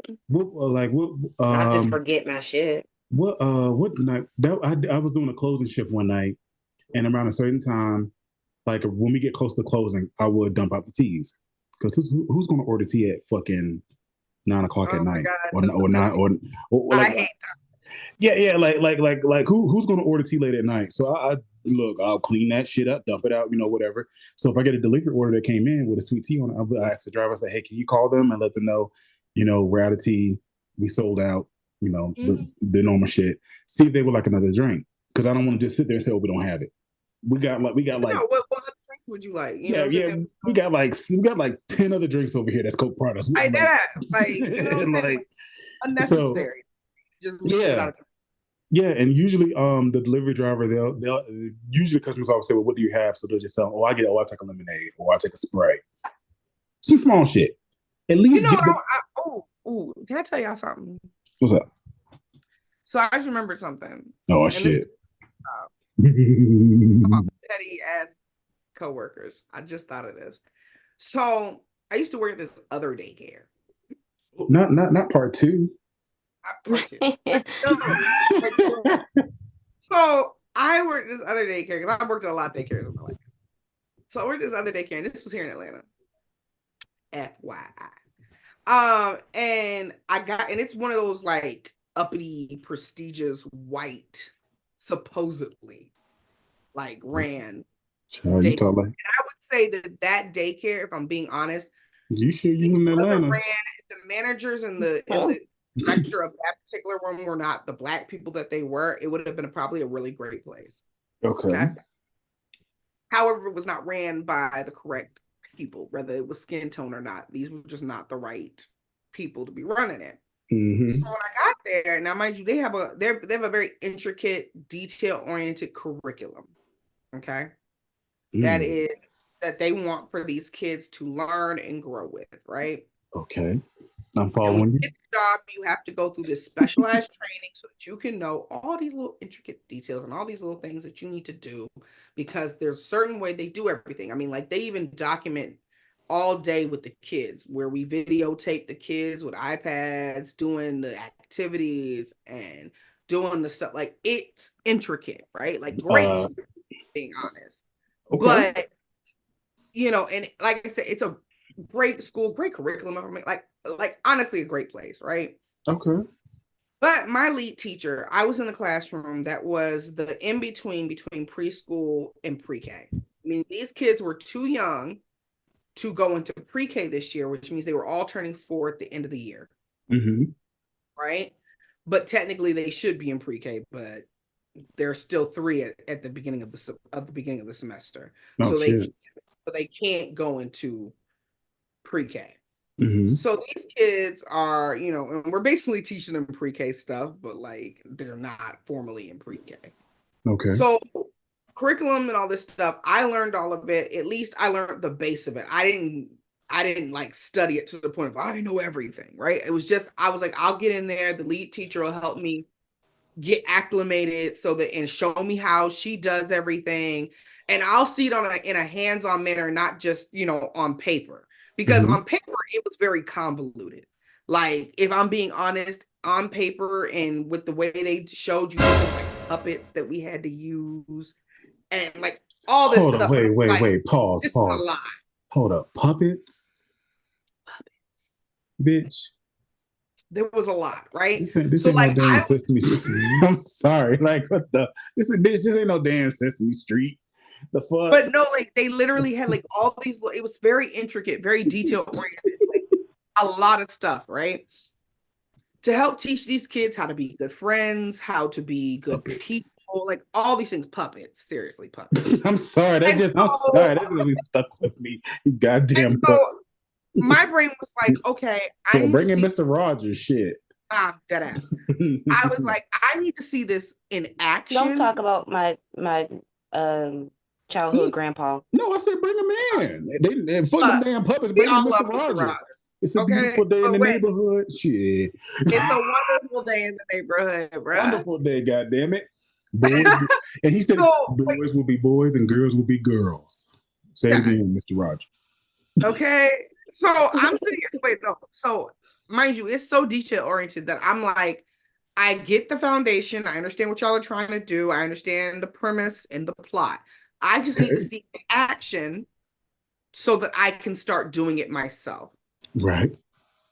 I get into the classroom. My lead teacher is this dykey ass. Shit. No pussy. And when I say this, I mean girlfriend's a dyke. Like we're not even gonna bullshit about it. We're not gonna play games. That's what she was. I don't say that to be rude or disrespectful. It's what she was. No, we no. You just knew she eat pussy. That's what it is. Okay, without question. I had no worries. I had no you just looked at her and said you eat pussy. Dead ass. So I get in there, and first off, she doesn't look like any preschool teacher I've ever seen a day in my life. Okay, and I've seen a lot of different. Okay, Oh, so shit. I'm a little confused as to like why she's here. But not only that, she never dresses the way she's supposed to dress for the children. school. Like we have certain T-shirts we're supposed to wear these like what is it little polo shirts with the crest and everything on the shirts. Like it's very like they're very, you know, we're supposed to wear khaki pants or jeans, like dark denim jeans. Like it's very okay. It's a private institution. Okay. So I'm like, and so my brain was like, are they wanting me to replace her? Like, is that why they hire me? But like, I don't say this out loud. I'm just trying to get a feel. So she does nothing of what the curriculum is shows us we're supposed to do. She kind of just runs it like it's a regular fucking daycare. Like we have the sections. She sends the kids into the sections. She plays with them, and when they're doing certain things, she snaps photos with the iPad. And we're supposed to take pictures of them doing certain activities throughout the day. And I was like, okay. And I'm thinking to myself, when do the puppets come in? Just about to ask you that. When the puppets come in, where the puppets at? I'm like, got puppets and shit. Because I see the puppets hanging up in the classroom. Oh. I see the stuff that we're supposed to use, and I'm sitting here thinking to myself, when do these things come into play? You know, like I'm very confused. We go outside to do their recess time, and we're teaching the kids how to kick balls. We're taking videos of it because that's what we're supposed to be doing, showing the kids showing parents around. Because like literally throughout the day, parents are checking in and watching their kids. Oh. Right? And so now there's no actual camera in the classroom except for the iPad, right? Right. So I'm like sitting here like, what is going on? Now, the first week I was like, this is very odd because this is not what I was expecting considering all the training I got. And I was a little confused, but I didn't know who to speak to. Okay, because I didn't want to seem incompetent, but also she was my lead teacher and she was acting like she was, you know, the lead and that, you know, I needed to follow her example. By the second week, this dykey ass bitch is telling me she is fucking the director. Not this dykey ass bitch. And that the lady who is the principal at the school, her got things going on. He needs some milk. Oh, and that is hush hush, and nobody needs to know. And I was like, okay. And then she's telling me that she really wants to be a police officer and that she's trying to get into the academy and that she really wants to leave something. And okay, so I'm supposed to be taking over for you and you know. So I'm thinking everything is cool. Now there's this little girl in the class. Okay. And we're just going to call her Sally. Why, Sally want to be a dyke too? No, Sally was the daughter of another teacher at the school. Okay. And Sally was spoiled rotten. Rotten. Okay? Rotten. And she knew her mommy worked at that school. Oh. And she knew she was important.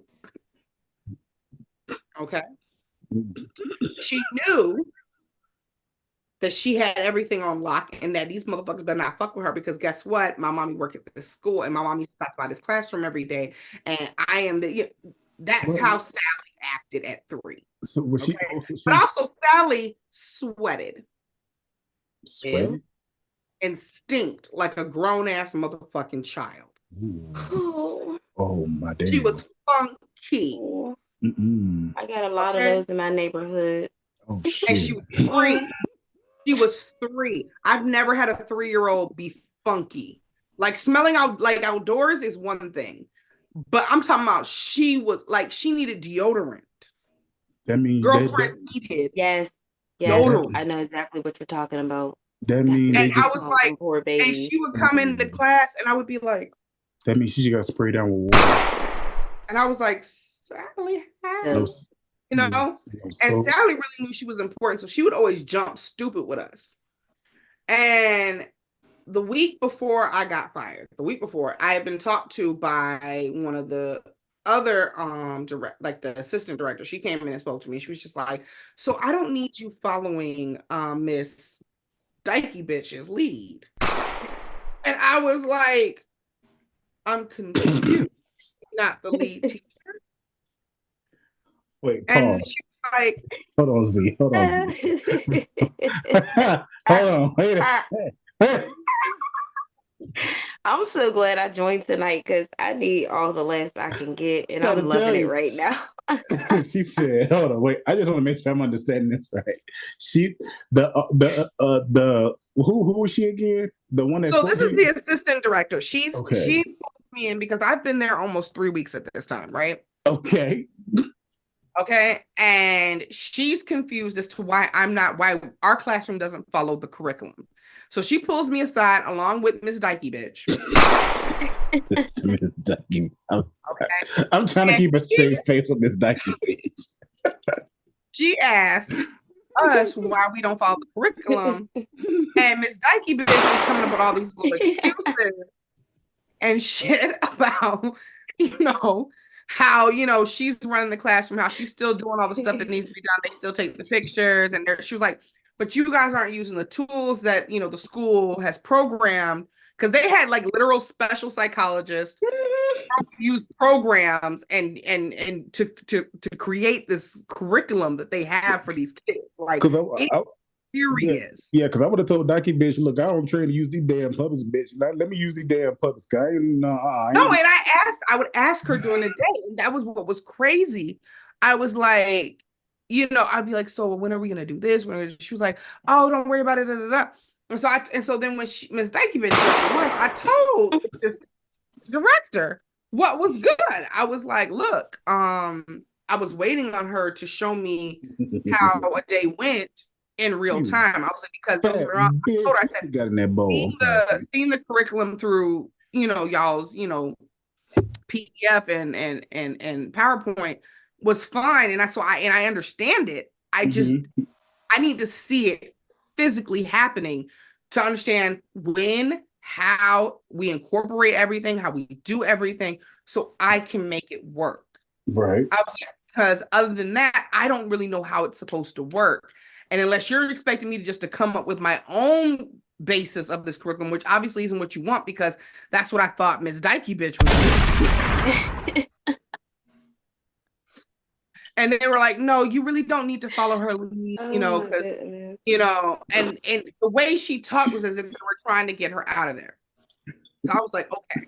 So then the following week, Ms. Dykey bitch starts dropping tea on me. She starts spilling all the tea. She telling me about how the director has a drug problem.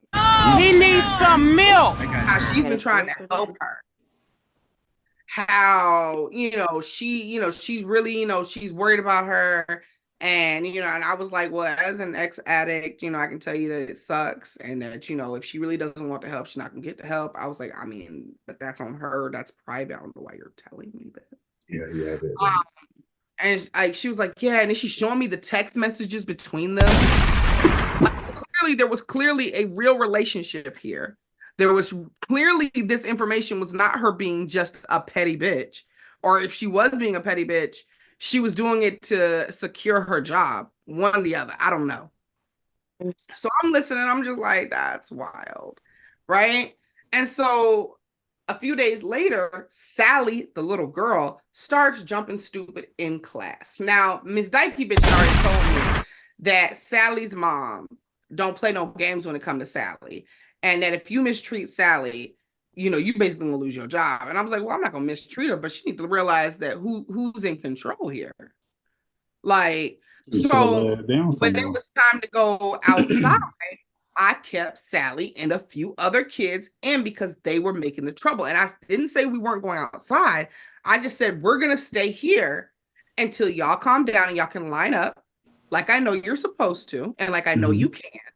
And when you line up and you're quiet and you put a bubble in,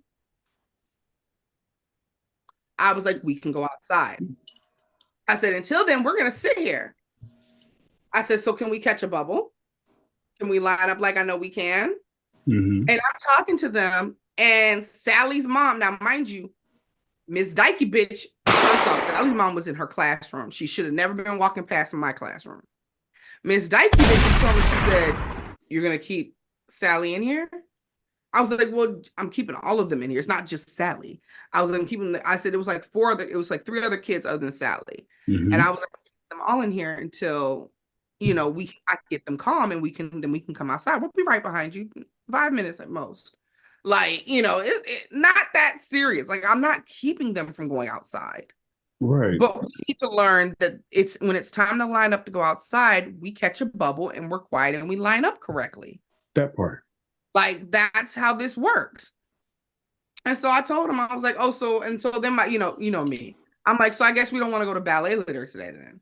I said, "We're gonna go outside," and I started lining them up. I said, "But since y'all don't want to be quiet," I said, "I guess we can't do ballet today," which was for Sally. And so then Sally starts crying. Oh, hey, Pepper. Yes, hello, Pepper. Sally starts crying. And I'm like, "Sally," I said, "I don't understand why you're upset. If you just, quietly get in line, we can go outside and you still go to ballet later today." I was like, "But, this is on your behavior."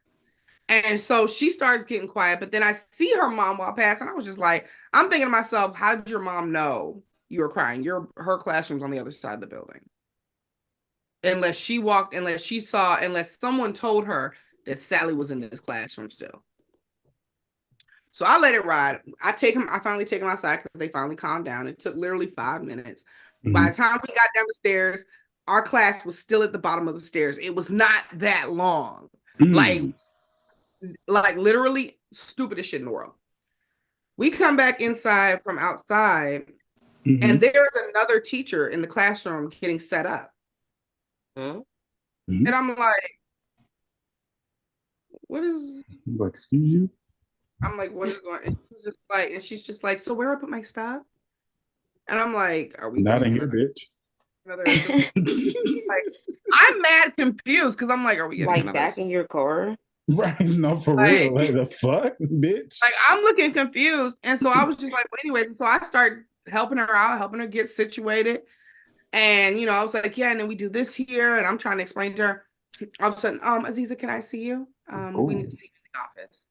Oh, shit. Okay. Uh-oh. So I get downstairs. And so I get to the principal, who's the lady who's on drugs apparently, and getting her box ate by Miss Dykey. Okay. Oh shit! I'm gonna jump my mic.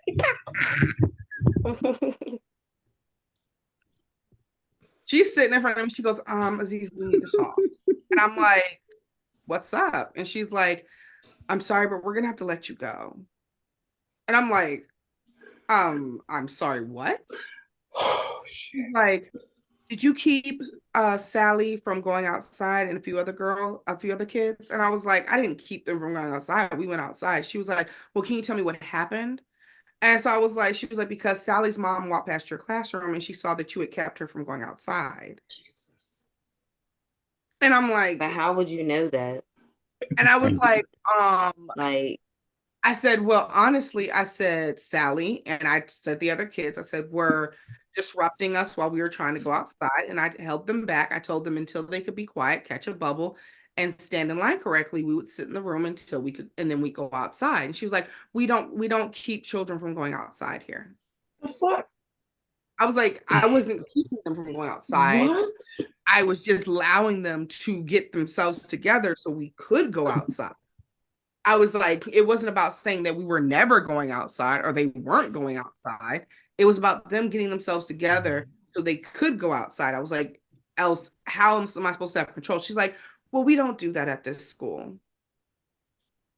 The fuck? Well, once again, that sounds like a y'all problem. Thank you. And I'm like, okay, so, and I'm looking at her. She was like, "So we're gonna have to let you go because between you not doing the curriculum and now you've kept, children from going outside, we're gonna have to let you go." And I'm like, and I almost was like, "So, I know you do drugs, right?" God. They're fucking the teacher. Fuck. Damn, man. I was this close. Did you tell her for real? No, I didn't say it. Oh I shit! wanted to so bad. I wanted to so bad. Like, I saw your text messages where you were crying to her and telling her that you needed drugs and you wanted her to talk and you wanted her to come over and fuck you. I saw those text messages. Jesus. Right? But I was like, you know what? Obviously, there's more going on here than reasonable, and I'm gonna let it go. And she was like, so you have all your things? Because they'd asked me to get my stuff before I came out the room, and I was confused as fuck. Oh, so they was already ready. I was like, okay. And she was like, so you can exit the premises. She's like, I'm sorry that we're gonna have to let you go, but we are. Ooh. And she was like, you know, Sally's mother is very serious about her. And, you know, I'm like, what does that have to do with anything? Point, Like, this nobody like they all, maybe they all three had something going on. I swear for God. That's what that sounds like. That's what that sounds like for real though. Like, and what makes it worse, I go outside because I gotta call my dad because at the time I just wrecked my car, which means I didn't have my car. And so I had to call my dad to get me a ride home. mm-hmm. So I go out to the restaurant that's across the street. And I go sit down and I get a text from Miss Dykey, bitch. I'm so sorry. It's the Miss Dykey, bitch. I just fainted. So if y'all seen me disappear, I fainted. That's why. You came back quick. You came back hella quick. She texted me. I'm so sorry. Rise up from the dead. She was like, but you know, it is what it is. She's like, I told you not to keep Sally, you know, back. This, and the third. And I'm like, I don't even understand if that's a problem. I said, because I still took her outside. I said, it wasn't as if I actually, she was like, well, you know, they're serious about that. I was like, that was no in the curriculum that said we didn't. I was like, it was not a punishment.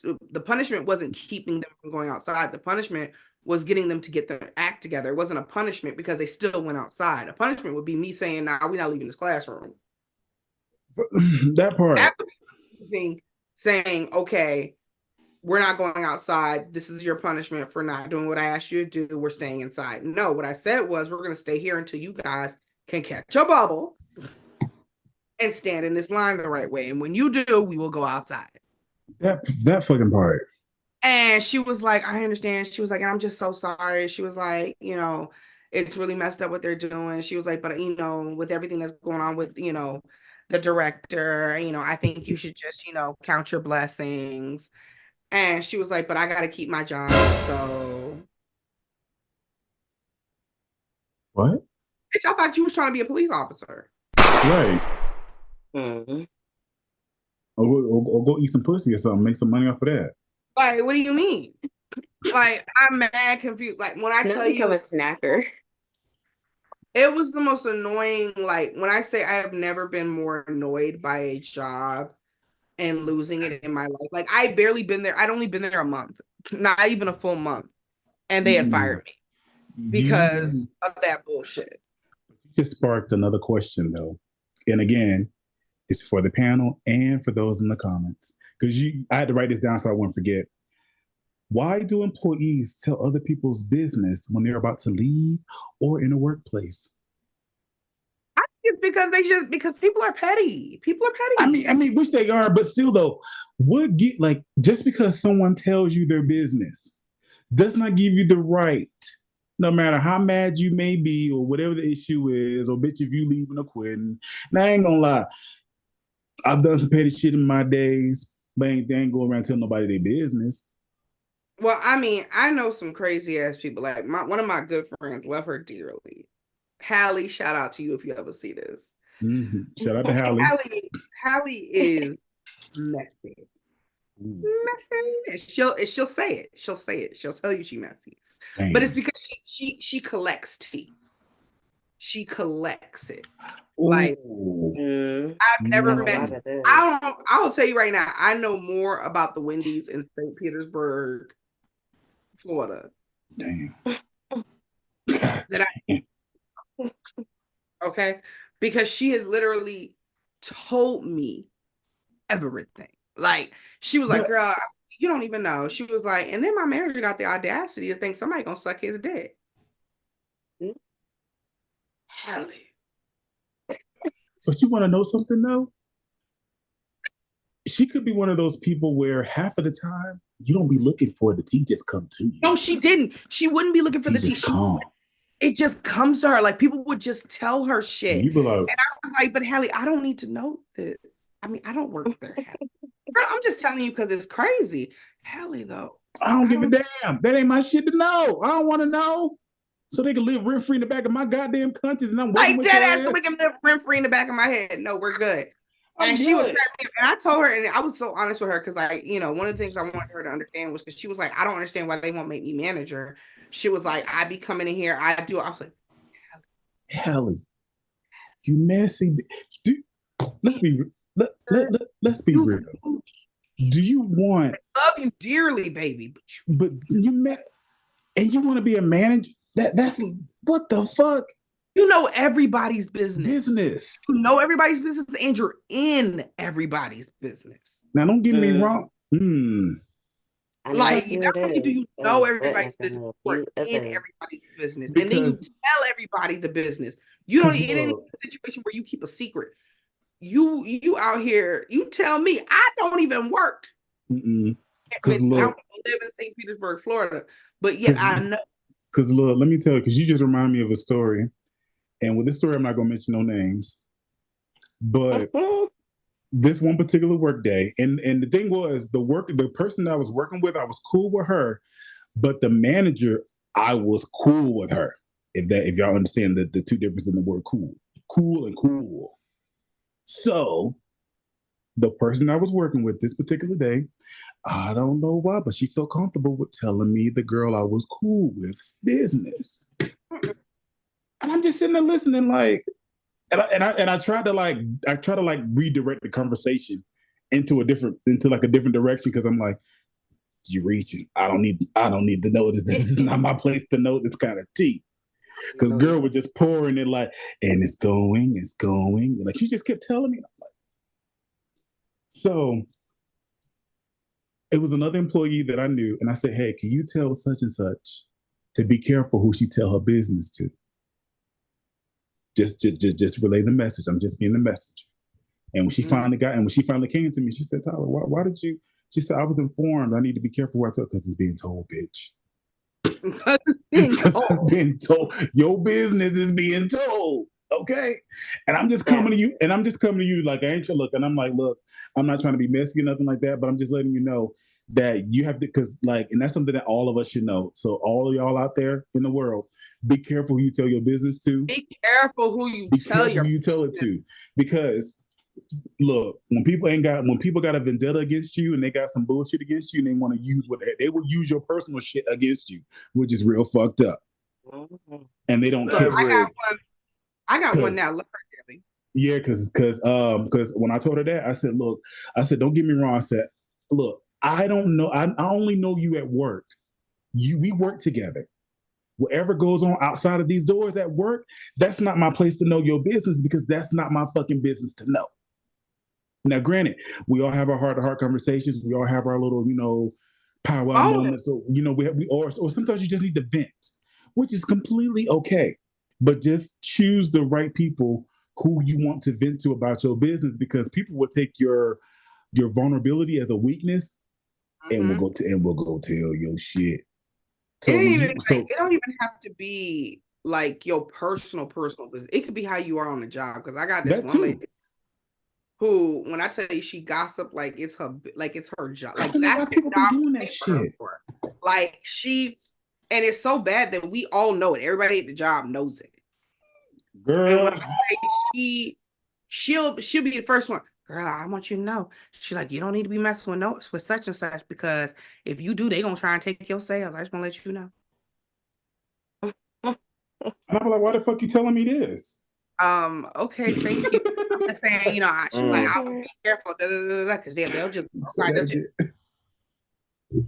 you're like, and she always got something to say. It is not without fail. You can't have a conversation with her without her dropping some tea about something.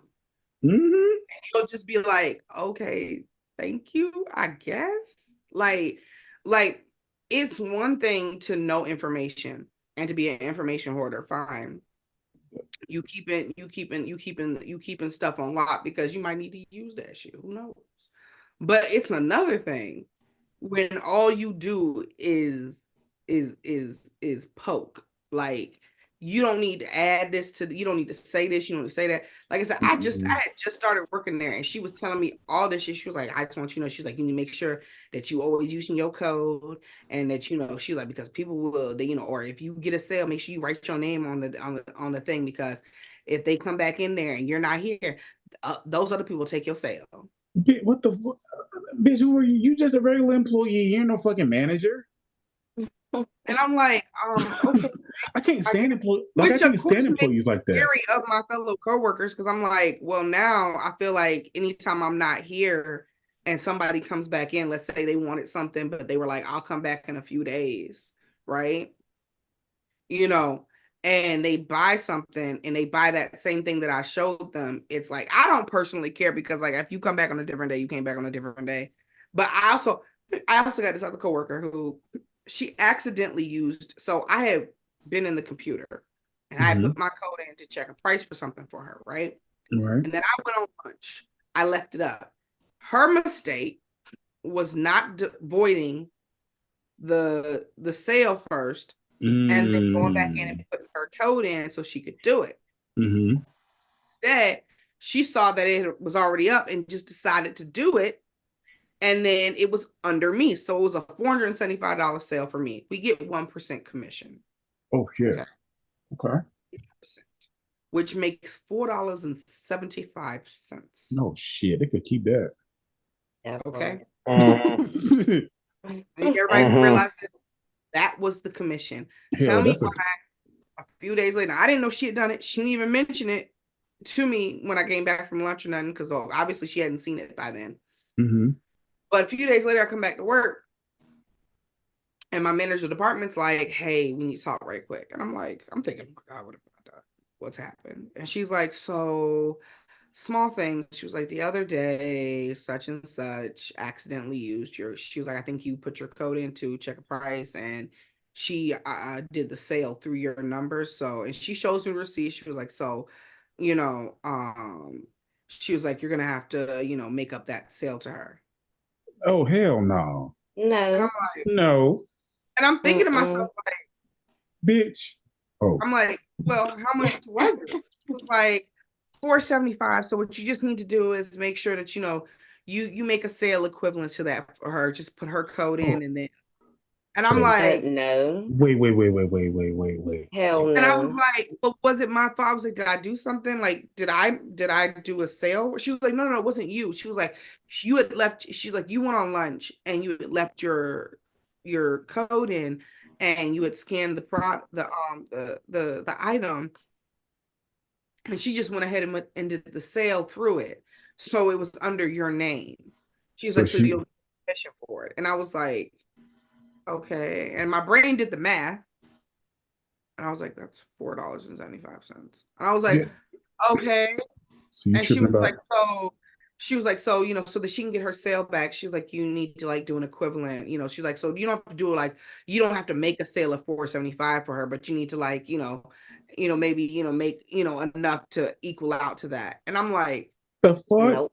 Like, cause that's not fair. You know what I'm saying? She did do the sale. And I'm like, she should have made sure that she was logged in instead of you. It is fair. And I'm looking like, and I was just like, and at first, and so like my first instinct was to go off, right? And be like, the fuck you say, it's $4.75 goddamn cents. Like for real. Like, so the fuck what? Like, oops. Because that's what it was. Like, now I could see if she had sold a $7,000 ring. That's having a whole other conversation, man. A whole nother conversation. But for $4.75, the trip for a bus. She can charge that to the motherfucking game. Hell, that's the price of gas. Okay, so I held my tongue. I was like, okay, so you want me to pay it back to her? I said, I can just give her like the money. She's like, no. She's like, you just need to do some sales for her. No, bitch, no, I'll give you back $5. And I was like, I don't. And so I told her, I don't understand. I was like, That's Is this crazy to me. commission? And she's like, well, no, it's the sales. I was like, Make first it off, ma- this bitch don't Once need the job. again, I need you to understand no. something. This bitch don't need the job. She has a husband that pays everything. She works because she gets bored.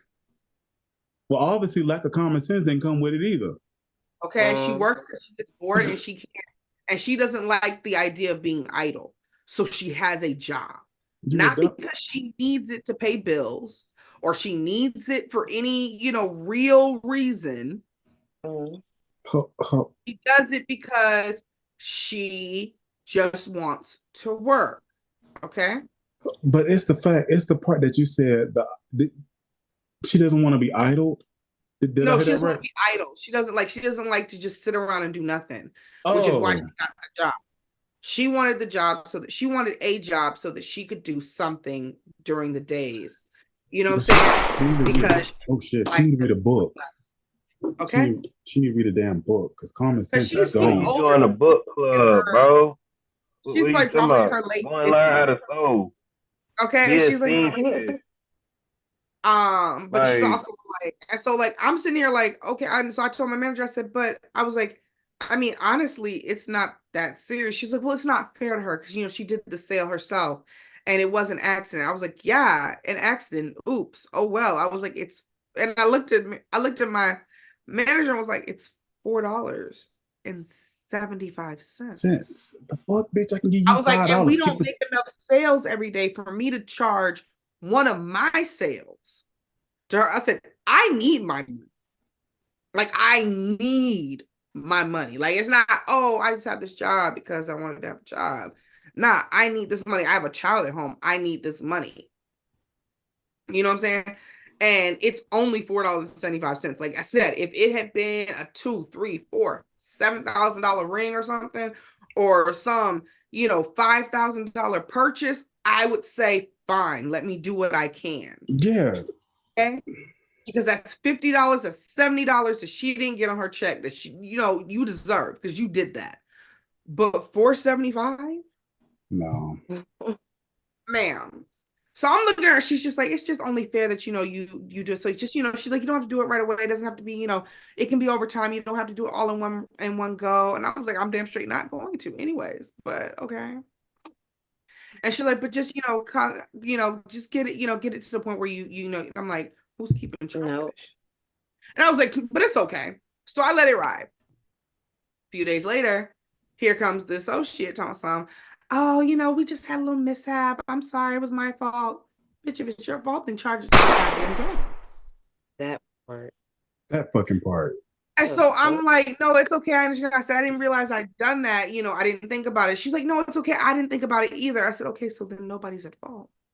Ain't like I did the shit malicious. So what the fuck? Right.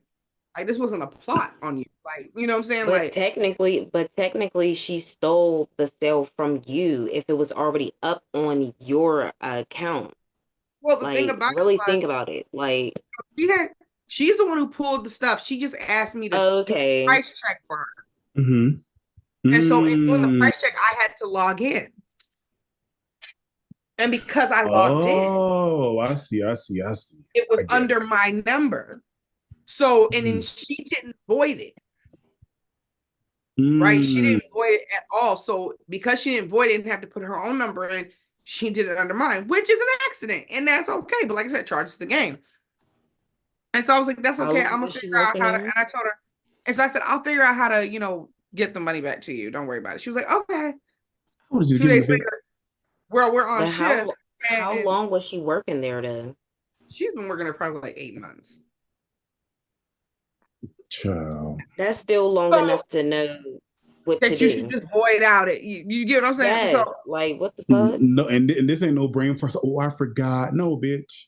No, you know what you're doing. So check this out. So then I'm on shift a few days later, and she's like, "So have you, done any of the, any sales for me?" No, and I'm not. No.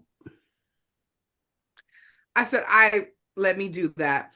And what was so funny was I'm doing the sale. I was doing a sale, but I told my manager, I said, any big sales I get aren't going to her. That part. I was like, But I will, if I get some small sales, I said after I've made my money for the day, I will do it. Like if I make my goal, which my goal every day is to at least make $500 in sales, which is hard enough. Okay. Especially where I work, it's hard enough. I was like, if I can make my goal of at least $500 in sales a day, I will go ahead and whatever sales I get after that, I will put it under her number. But seriously, for the last almost 2 weeks, I've had her constantly be like, so have you finished it? Bitch, it's $4.75 goddamn cents. Would have just given the bitch $5 in cash and say, bitch, shut the fuck I up. was just about to say that. Like, bitch, what's your cash app so I can just send it to you? I asked let my me cash manager app you. I asked my manager, I said, can I just give her $5? Don't tell me she said no. The way you need to do in the sales, because it's not fair to her. Because she's oh my gosh, you gotta be kidding me. It is fair to her because her dumb ass should have fucking voided. Exactly. And I was just like, dumb. I was like, whatever. She did that shit on purpose because she thought that she was gonna get your big sales. That's what she thought. No, honestly, she thought that if she could do it, like I'm pretty sure in her mind, like I don't know if she did it on purpose, but I do believe she's being petty on purpose. I feel like she's hoping that if I get a big sale, she can catch me and influence me into saying, "Oh, I'll put it under you." No. Either way it goes, no. You know what I'm saying? I'm like a personal problem. Like she literally, when I tell you she's probably one of the biggest haters I've ever met in my entire life. And like literally, like she gets on me, she gets mad at me because I'm very insecure, right? And so I don't really think very highly of how I look or how I dress or any of those things. So when people tell me I look good or something like that, I'm the first one to be like, oh, thank you. That's kind. You know, like I'm very humble about it because I don't believe it. And so she's all like, when she heard me talking about myself, when I tell you she got irate. Talking about something, because I was talking about how like, oh yeah, there's this wrong, that she's like, God saw fit to make you as beautiful as you are, and you got a problem. Wow. And like I laugh it off because if not, I'm gonna have an attitude. So I chuckle because like you gonna make me.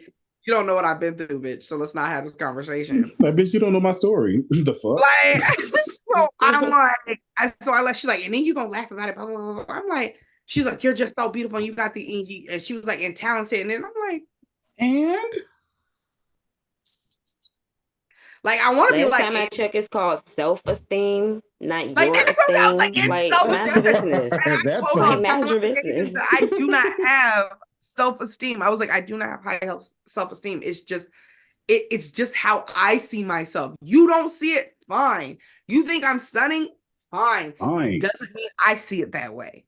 I was like, so you getting mad at me just is not going to reinforce this thought process that you have. And she's like, she's like, you're good at sales. And I was like, because selling isn't hard. I was like, especially if somebody wants it. I said, what's hard is the fact that we're at a place where we have low traffic. Yeah. It's not a high income area. No. I was like, and then the store that we work at is not a high traffic store, especially not for jewelry. I was like, especially not in the off season. Like in the off season is anywhere between like June and November. I was like, June and November is the off season for shopping. Why? Because between June and November, unless it's somebody's birthday, nobody's getting anybody no motherfucking jewelry.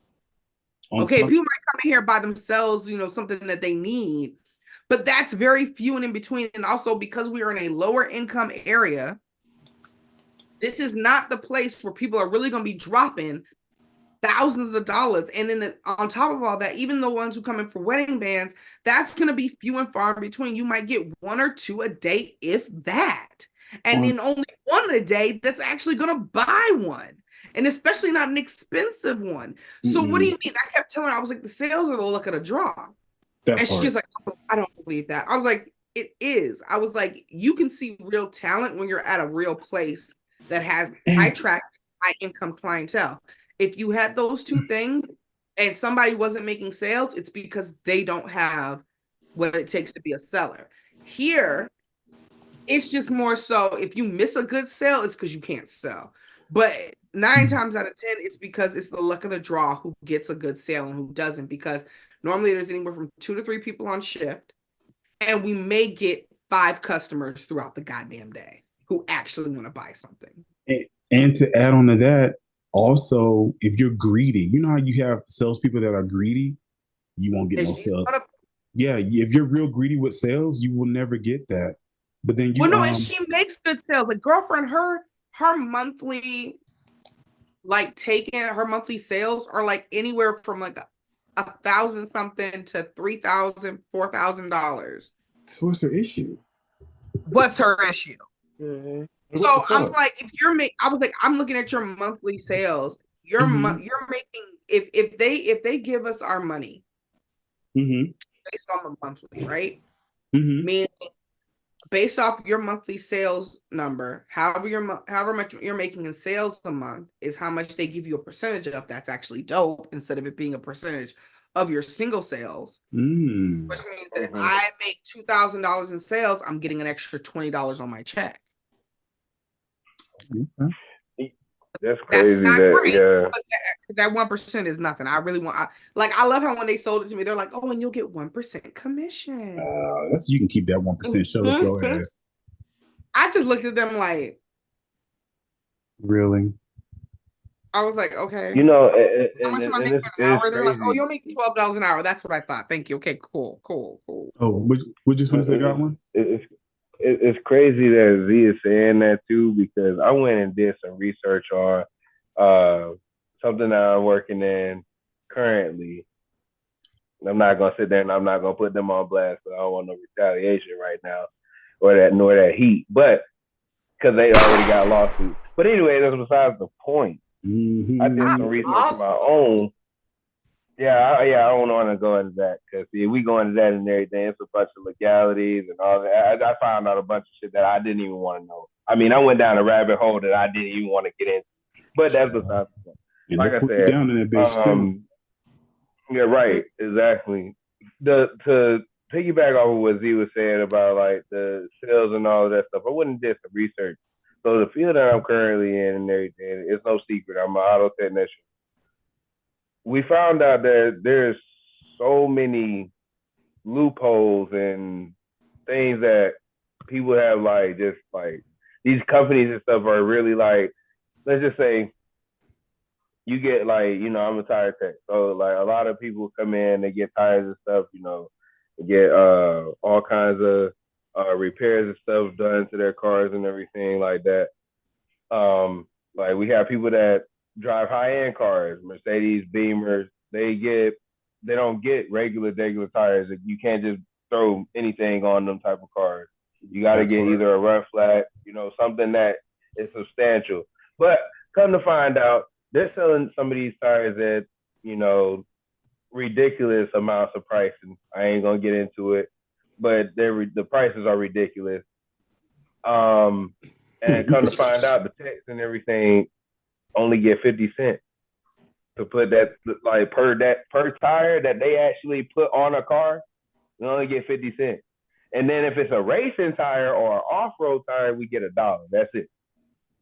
Wow.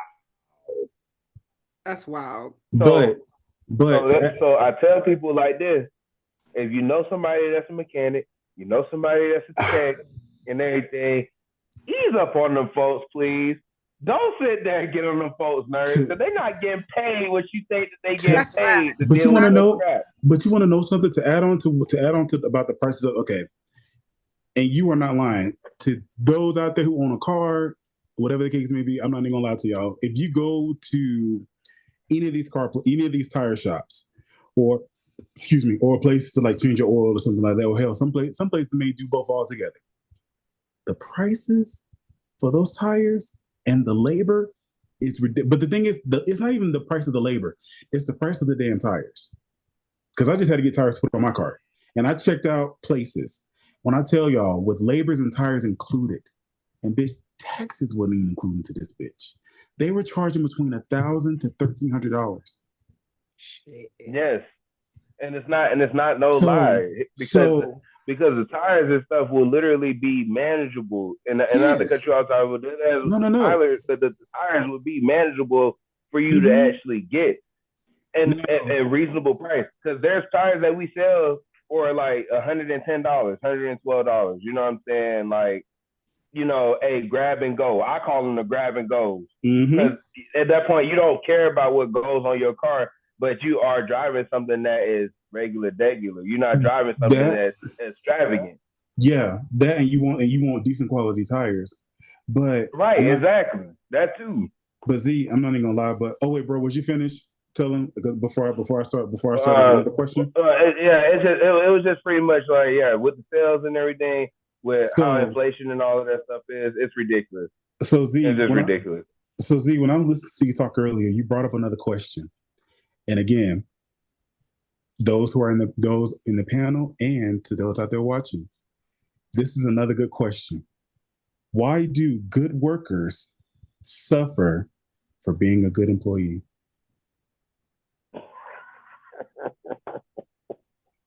And when I tell you it was something I can't remember exactly what you said earlier, but it was something you said that brought up this question. Why do good workers suffer from being a good worker? If I'm honest, it's because we care. Mm-hmm. And because we care. That's a big one. That's a real big one. We're willing to go above and beyond. Mm-hmm. And be flexible. Yeah. Be flexible because we know we're getting paid, right? Mm-hmm. And so in that, our managers, our coworkers, they take advantage of that willing spirit because in their minds, well, they're going to do it anyways. Right. So might as well add on. I don't know how many times I've been told, to bust somebody else's table or help somebody out, do this, do that, because, they know I'm nice enough to do it because they know I care and I want to help somebody make their money, or I want to make sure, everything looks good because I take pride in our establishment. I take pride in my job. You know what I'm saying? And I've been, like I said, I've had plenty of people take advantage of me over that because they know I'm willing to do the job. That part. I get, I end up, I've had people, even coworkers, be like, I don't know why you do it. And I'm like, what are you talking about? And they're like, you don't have to, stressing you out because, I'm like, well, I mean, it's the job. And they're like, but you go above me. I'm like, not really. I'm just doing the job. Just doing the job. Don't do your job. Which makes it harder on me because I gotta do the extra that you don't do. You get what I'm saying? Like, and that in and of itself, like when you're a good employee, when you do good at your job, they will always take advantage of you because they know you'll do good at your job. They know you take pride. They know that you're good, and that's why they do it. Sis, I didn't know if you heard the question. I didn't know if you heard the question or not, but I had Yeah, I got my my earpiece in. Okay, cool. But yeah, because I ain't gonna lie, I was one of those good employees who went through hell and out. Oh my gosh, too many stories about that shit. Because I'm just trying to be nice and help out, accommodating.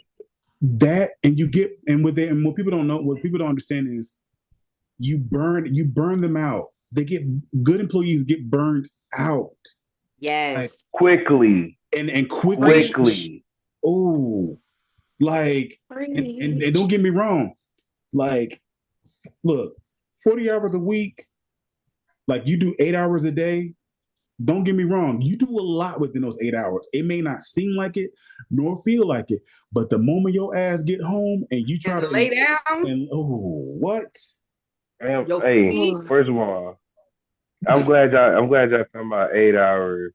And I'm glad you're talking about hard work. I'm glad you're saying, good employees and everything always get the shitty end of the stick. Yes, I said it, the shitty end of the stick. I mean, no, it's the truth. It's the shitty end of the stick. It's the truth. It's the truth. Full blown the truth. I don't know how many times I'm gonna say it's the truth, but it's the truth. No, I mean, because I worked Like- in a place. I was a concierge, and I was damn good at being like, I'm very good at customer service. That's my thing. That's why I can be a server. It's why Yes. I can be a sales associate. I'm very good at being friendly, informational, and caring and giving to any type of clientele that I come across. That fucking Because part. that's just in my spirit. That's just how I am.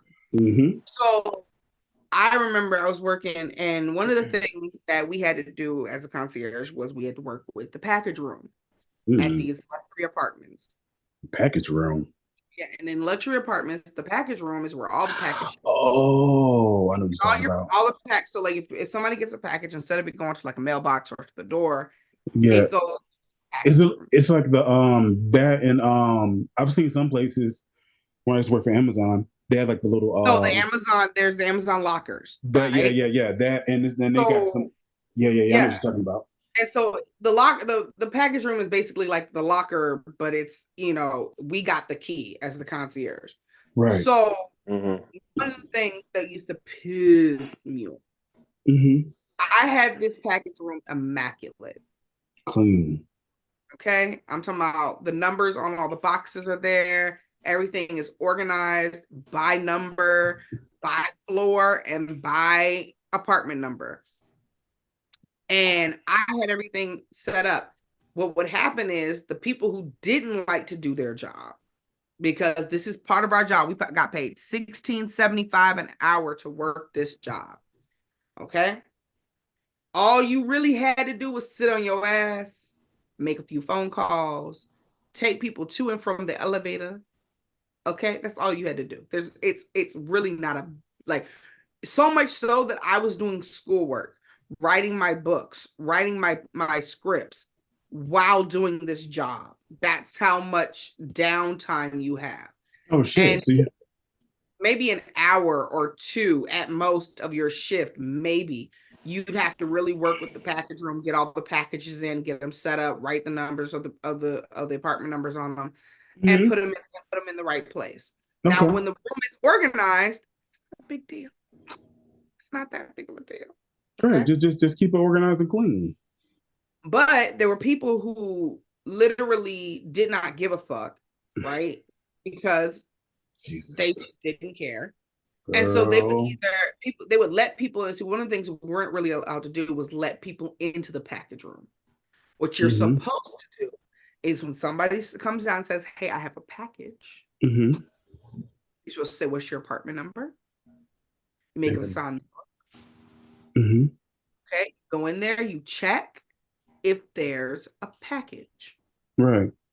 If there's not, you come out and tell them, or if there is, you ask them how many packages are they expecting. You're supposed to check ID. All these things. We used to lose packages. People would be like, "Oh, I was waiting on a package, but the package never got here, and we're up here looking crazy because there's packages missing," and it would get overstuffed because people weren't calling. So one of the things we're supposed to do, if the package room is full, it is up to the daytime shift to call the apartments that have packages. So you're supposed to take a running tally of the numbers of the apartment numbers, come back in, go to the directory, call the numbers. "Hi, I just want to let you know you have a package in the package room. And you can come get it at your earliest convenience. Thank you very much. Have a great day. Bye-bye." And that's what you're supposed to do. People wouldn't do that. So when I come in for the night shift, or sometimes when I come in for the day shift, especially after a weekend, the package room is destroyed. Oh shit! Are you kidding me? I'm talking about it's chaos in there. And I take the time to fix it. By the end of the week, it's destroyed again. Take the time to fix it. Nobody. I'm not getting accolades. I'm not getting any pats on the back. I'm not getting any extra money. None of this stuff. But I'm also leaving notes in the concierge notebook. I constantly leave notes. This is how it works. This is what you're supposed to do. I bought the notebook so that we could keep track. I said, if there's any complaints, any things we need to know, anything anybody on the coming shift needs to know, please put it down in the concierge book. Mm-hmm. So then that way we can keep track so that when this person comes on the next shift is not surprised by somebody else. Like, let's say somebody has a problem with the package room because they were looking for a package. They need to know when their package is coming. We don't know, but we can either A, keep a lookout, or B, check the package room and check the chaos. Mm-hmm. You know what I'm saying? Nobody wanted to do it. I was the only one doing anything. I was very good at my job. Okay. We got a new management. Wait. We got new management for the building. Okay. And when they came in, I was invaluable to them because I was the concierge that had been there the longest, who knew how everything was going on before with the old company and all this other stuff. So they were like very heavy on using me, right? Right. And they really liked me at first, like to the point where like they were bringing me in on the meetings for the team in the morning. Like everything seemed fine. Okay. So my schedule had to get changed because I had to work around my dad's schedule. Mm-hmm. And so I was like, yo, I can only work the 7:30 to 3:30 shift. I can't work, especially during the week. And on weekends, I damn straight can't work the night shift. Mm-hmm. I was like, so I was like, we're gonna have to figure out how to, I was like, and I said, or at bare minimum, if you're gonna put me on the night shift, I can't have night shifts on Tuesdays or Wednesdays or Fridays. Okay. I was like, so put me on the night shift on Monday, put me on the night shift on Thursday. I don't care how you got to swap it up. Just don't put me on the night shift if it's not those days. Right. Manager was like, oh yeah, I got you. Don't worry. Then my shift came out and they had me basically on night shift the whole week. Oh shit. And I'm like, that's not cool. I'm like, what's going on? So I try to talk to them and they're like, oh, that was, because we were contracted out to this management company. What they got to do? We were contracted out to the apartments, right? So like I worked for a company that contracts out concierges to different apartment complexes. And so they're like, my manager at the apartment was like, oh, it's, y'all scheduling. I told them to put you on for such and such time. I'm mad confused. So I reached out to the person who does scheduling with our company and I was like, yo, girl, what's up? What's Gully? And she was like, I didn't get notified that it was okay. She was like, I put the changes in as the manager told me to. Oh my gosh. So now I'm like, hold on. So then I find out that the owners of the building are coming in. And so now I'm like, do y'all not want me there? But then I realized the reason why my manager didn't want the owners to meet me was because every time somebody walked up in that fucking building, they thought I was the manager. Ooh. I don't know how many times I've been asked, hi, I'm such and such, and we're with such and such. Are you the manager? Ooh. Oh no, I'm just the concierge. Oh, I'm so sorry. I'm so sorry. You look like the manager. I'm sorry. That means you did your job and you was good. Okay. So I'm like, okay, so if you're jelly and you're worried that I'm gonna take your job, you're tripping. I don't have to take your job. One. Okay. Two, if you're jelly, you can be jelly, Mr. Fancy Pants Gay Man, but you gotta have to. He was a gay man with a BBL too on top of it all. Like I just want to say that. Jeez. Just to make that like if we're really about what's real. How you a gay man with a BBL? Can it get? Is it?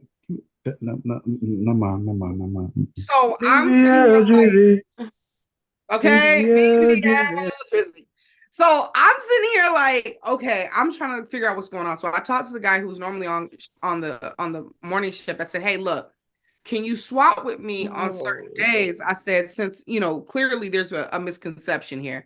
I said, if you don't mind, swap with me. I said, because I have certain things I need to do. I was like, I don't have anybody watch my kid. Swap with me. He apparently had no issue.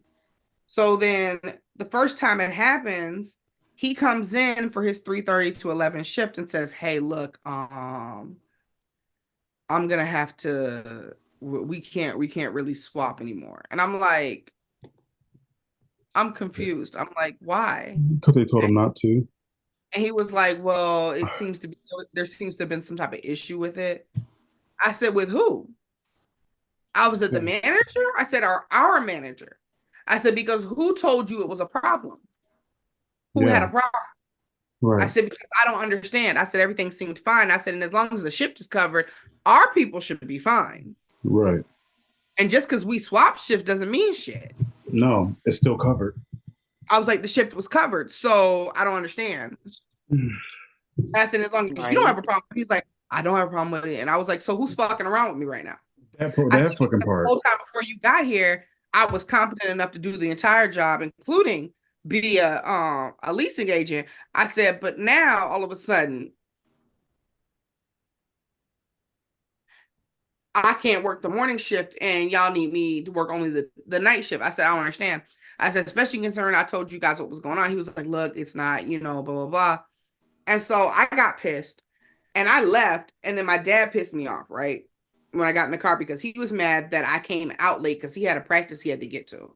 Oh, shit. I got pissed with him and I got out the car and I was like, I'll catch an Uber home. I was like, I can't. I was like, I can't, because I was already pissed with what they were doing. Right. And then my dad started some shit with me in the car and I was like, oh, we're not doing this. So I jump out the car and I go back in the building and I go into the bathroom, to calm myself down. You should. And I hear my dad outside in the lobby telling me, where's Aziza? Loud as hell. I'm like, so I'm already up here. Okay. So I walk out the bathroom and I'm like, leave me the fuck alone. Oh, shit. And I went back in the bathroom. And then my dad leaves and I am checking my phone for Uber, but I realize it's going to cost me entirely too much to get home. So I'm like, fuck it. So I walk out. I realize everybody heard me scream, whatever, right? And I already know what's up. So when I get in the car and my scheduling lady calls me, she's like, Aziza? I said, if you guys are going to fire me, just go ahead and fire me. I said, I really just don't have it. She's like, no, calm down. What happened?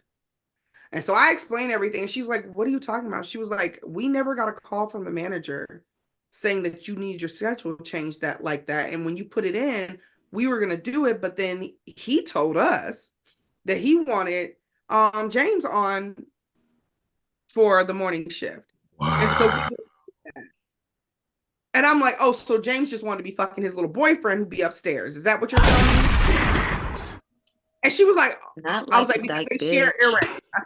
I said, because they got matching earrings. I told you to know that because you think I'm fucking around with y'all right now. Because I'm not. I said, they got matching earrings. The only reason why I know they got matching earrings. Shit. Damn. I said, so what's good? I said, also, he was here working in the leasing office before he ended up being the concierge working for you guys. I said, so my confusion is either they really wanted him there, and if that's the case, they could have said that shit and just had me go to a different building. I said, I'm mad confused.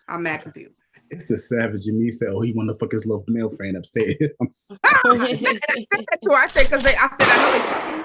I said, he gets him breakfast. I said, he ain't done nobody else up in here. I don't know how many people work up in here. And he just walked his little happy-go-lucky ass and got him. Lucky charm. Lucky charms. Okay. They got their matching earrings. And they just like seeing each other. And I'm so happy they like seeing each other. And I'm sorry they don't have enough time between 3:30 and 6 o'clock when they get off to have enough time to canoodle. I was like, but that's my problem. My problem. Did you just sit there and say I was not aware. I was like, well, you guys should be aware. I said, and I'm making you aware. I said, because at the end of the day, somebody's playing around. I said, and you're playing around my time and my money. I said, and I have a child to take care of. And she was like, Aziza, I understand. She was like, and this is very out of character for you. I when they called me and told me that what happened, that's why I called because I needed to know what was going on. Well, you And know I was now. like, and I was like, well, I just told you. She was like, I can't believe your dad did that. She was like, him going up in there. I was like, look, I was like, I get that that was a bit of much. And I also understand that me cursing in the middle of the lobby was very, very unprofessional. Mhm. I said, I just already had it up there because I had already heard from James that clearly somebody had a problem with me switching my schedule on. She goes, well, it wasn't us. I can promise you that. Damn. And I was like, well, then you need to figure it out. Funny story. I quit that job, right? Mm-hmm. And 3 months later, guess who calls me? Who, James? Nope. The game manager. Oh, Tell my Mr. son, would you like to come back and start working for us again? Oh, Mr. Fudge Packer. Oh, you need me. Oh. You need a competent concierge? Is that what you need? Mm-hmm. You should have thought about that before you decided to fuck with me. Mm-hmm. Like, y'all playing games. Talking about some. I said, well, what job are you trying to offer? I said, is it leasing? And he goes, no, we need a concierge. And there should be no issues with the scheduling because we'll be doing the scheduling ourselves. So the same bullshit over again. No, I'm good. Thank you. And I blocked that. As you should. But he found me on TikTok and started following me. You fucking lying. Right now. Gotta be lying. Z. I was like, I was Absolutely the fuck not. I was like, honey child. Like I said, and it wasn't him who was fucking the concierge. It was the other leasing agent. But like, I knew there was some shit going down. I was like, y'all got the matching earrings. Y'all be canoodling. Y'all in each other's face. I went to high school. I know how this works. Don't play with me. Shut up with the canoodling. It's the canoodling from me. Like, I'm using that. It was canoodling. You remember the canoodling? They walk off to go have lunch. He bring him breakfast. He brought his breakfast. His what? Grown ass man bringing another grown ass man breakfast. Why? He wanted some sausage. And we ain't talking about like some little McDonald's. I'm talking about you got him a real breakfast. Yeah, he wants some vitamin D.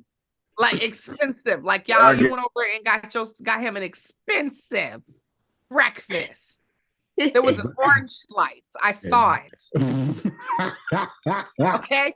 You're not gonna tell me there wasn't no canoodling going on. You're not gonna stop the canoodling. Okay, I know what's going on here. I have eyes. Oh gosh. The canoodling is strong. What's going on? Strong. And then y'all got matching earrings, the same Chanel earrings. Y'all got the same. Ooh, okay. Chanel earrings. Okay. Or was it Coach? They were either Coach or Chanel, one or the other. But it had C's on it. And I knew they were the same because I saw homeboy who works in the leasing office wearing them. And I complimented him on them.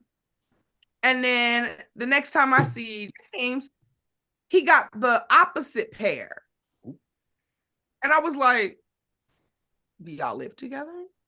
No, they canoodling. Y'all just live together? Or are you canoodling? I'm over here trying to contain myself with this canoodling shit. Right? I'm over here losing it, bro. She got that stuck in my head. It's weird. Canoodling. They were canoodling. My first initial thought was like, oh, maybe they just live together. Oh man. But then they show up at 2 different times, and I was like, that's odd. Y'all live together, y'all came together. That'd be kind of odd. Just watch y'all come at 2 different times. Like, like when I say that, I mean, like, I remember when he first got the job, I was training him. So, but when he showed up in the morning with me, he'd show up almost the exact same time as him. And I was like, so y'all live together. But then the next day, they didn't show up together. Mm-hmm. And I was like, who y'all trying to fool around here? It's like, because he would be like, so how's your day going? Oh, see, that's when we know. That's when we know they were canoodling. To be all nice. This is canoodling here. I see it. Wake Dark Fire. That reminds me. You're just a little too friendly. Like there's a level of we're friends, or I got you this job. But you understand that weeks earlier, James had been working in the leasing office. Weeks earlier, he was doing he was like filling in for the leasing office. And then a few weeks later, they brought him down to fill in for the concierge. And I was like, are y'all doing this on purpose? Like, is this to get rid of me? Like, if I was so bad, why didn't y'all let me know? Because y'all seem to be very... Where'd you go, sis? I'm still here. Oh, okay. Because they were like, you should be a leasing agent. You should be doing... I was like, I don't have the credentials to be a leasing agent. Like, I haven't worked in, this field. I don't know really anything other than what I've learned working here for the last almost year. I was like, so to be a leasing agent, I don't have the resume to do it. And I was explaining that to them. They're like, well, we'll help you get your resume up, blah, blah, blah, blah. That's probably when the canoodling started. Right. And so I'm up here like, trying to understand what's really real. Oh, I like that background. Look at the flowers. That's that beautiful. But I was mad confused. But yeah, they were canoodling. They was. Okay, and so then they played me to the left. And that's the reason why, like I said, when he called, we want you to come back as a concierge. No, the fuck you don't. Somebody come to the job that nobody wants to fucking do, and I'll do it. Oh no! This is something this is in the memory. So and this is fresh off the press and everything. Ooh, not fresh off the press. I'm slightly attending to the guard right now, so I'm on my soapbox now. All right. You know what? Slightly. But this is actually courtesy of Mike and everything, you know what I'm saying? Because he actually brought something very smooth to my attention, Mike, and I was just in here tending to the garden, and I said, you know what? I'm gonna ask that question. Yeah. Why is it always the good employees, right, that always gotta suffer with the bullshit of missing stuff that is very important or very sentimental to them? Why do they have to miss that? Because everybody else want to be lazy. Everybody else don't want to call out from work. Everybody else want to do other shit instead of actually doing their fucking jobs, bro. Would you like me to answer that question, or you want the panel to answer that question? Hey, the floor is you guys at this point.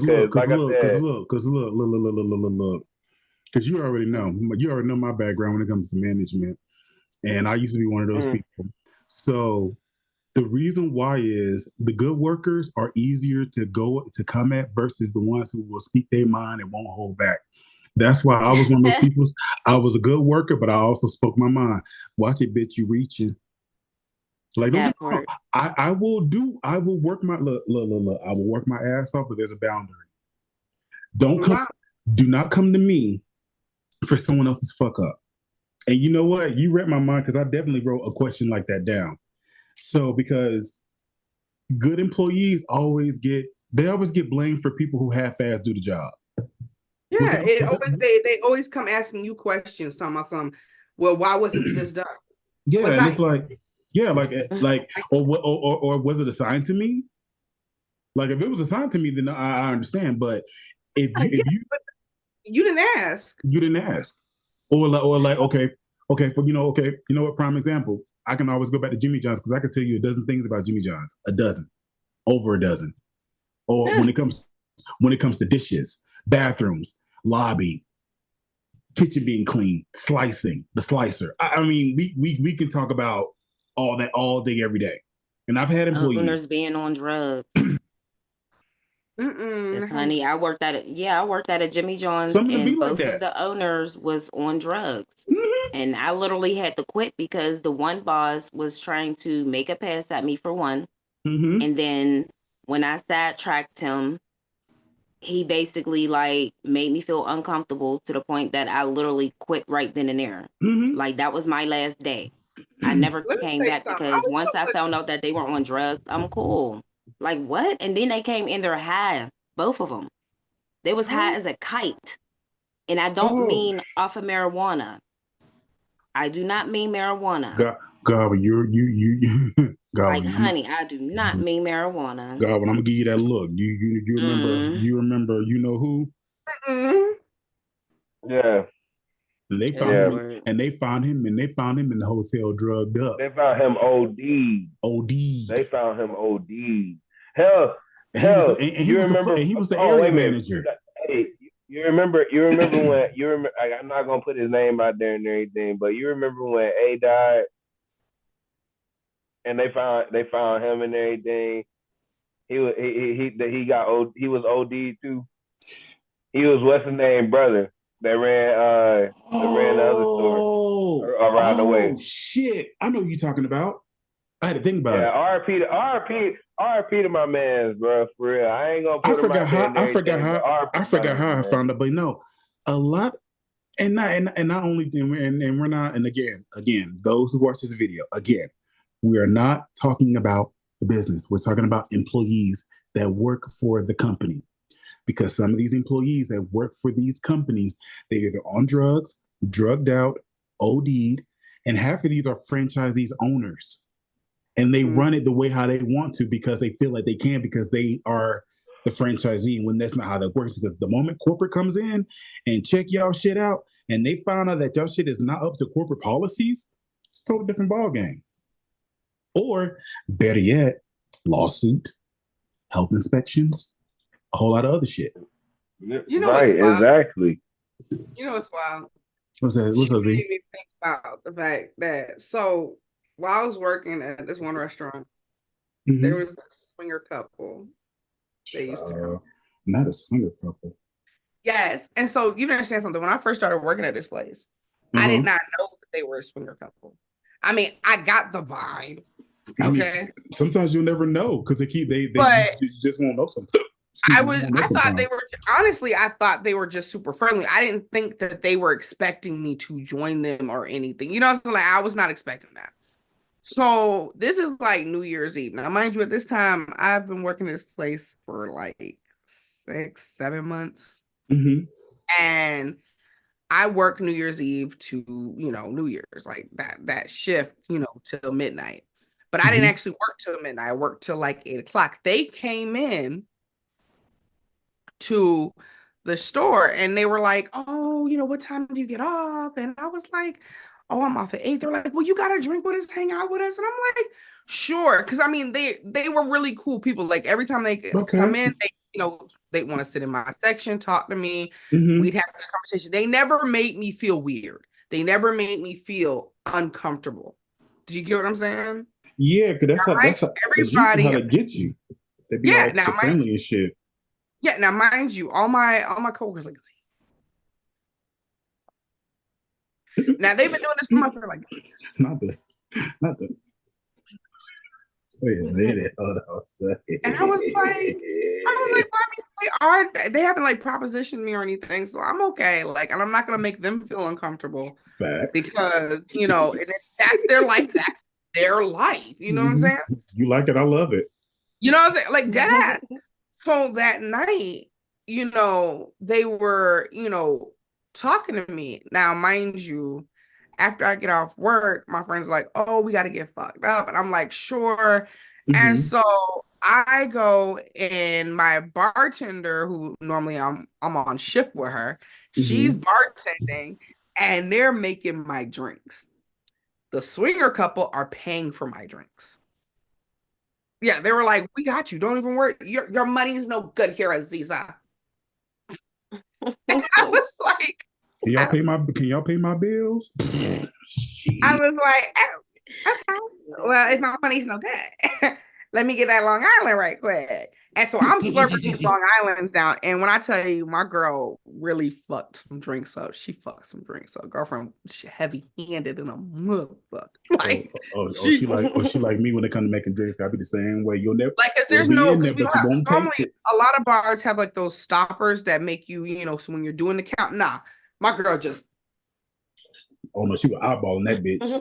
She didn't give a damn. Like, and so when I get my drinks, I am getting wasted. And they're all like, you should come back. Come back to our place. And I'm so fucked up. I'm like, yeah, now my girls saved me because my besties who work there.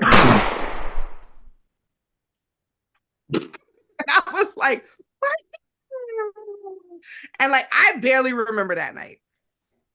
Now, mind you, apparently it was such a big deal that like apparently my manager spoke with them because they were like, we don't know what you were trying to do, but that's not acceptable with our employees. Yeah, no. They were like, it's one thing if you want to buy them a drink, you know what I'm saying? But apparently they got me wasted. And I was like, well, we can blame the bartender too. Cause they were like, but they bought shots and they were buying you drinks. You had like 3 Long Islands and then you had 3 shots. Z. Damn. They were like, we're twisted. And I was like, yeah, I guess. And I heard the Long Islands will sneak up on you. No, they will. So mine, like about 2 I heard about the Long Islands. 3 weeks later, I come back into work. They're there, and they're like, "Hey," and I'm like, "Hey," and I'm super nice, and they're like, "I know everybody thinks we're swingers." What? No, that's wild. Why would they? They're like, well, no, we're not swingers. They just think that. I don't know why, but we just don't want you to feel weirded out. And I'm like, I mean, honestly, I never got the vibe that y'all wanted me. So, like, we're good. And then the guy adds me on Snapchat. How the fuck he find you on Snapchat? Bruh. Apparently, I'd given my number to them. when I was drunk. And you don't remember? I mean, at that time, you didn't remember? But apparently I was planning to leave with them. And if it wasn't for my friend, she was one who was like, come on, come to the parking lot with us because we're getting drunk there. Z, come on. And I was like, yeah. And they were like, oh, I thought we were going. And I was like, no, we're going to go do this. Because I mean, like, I'm fucked up. Damn, Z. And they were like my girls had my back like a straight jacket. Like, no, I'm glad they did because I mean, ain't no telling what the fuck would have happened to them damn random ass strangers and shit. No, that's because I was just like, yeah, let's go. Because I'm crazy.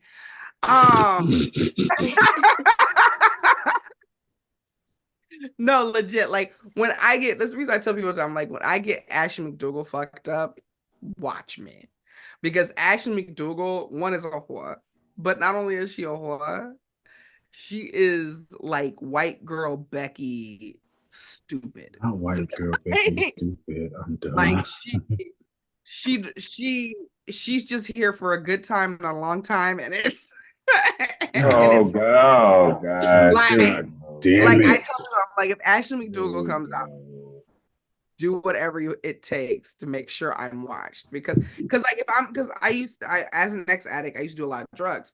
So drinking, I can drink, but once I get to a certain level, especially if I don't have like cocaine or weed to even me out. Not the cocoa. To keep me coherent. The cocoa. We got it for the Lolo. Ashley McDougal comes out and it's a whole other person. It's not even like a blackout. It's just I become this giggling, whorish mess. Like I'm flirting with anyone and everyone.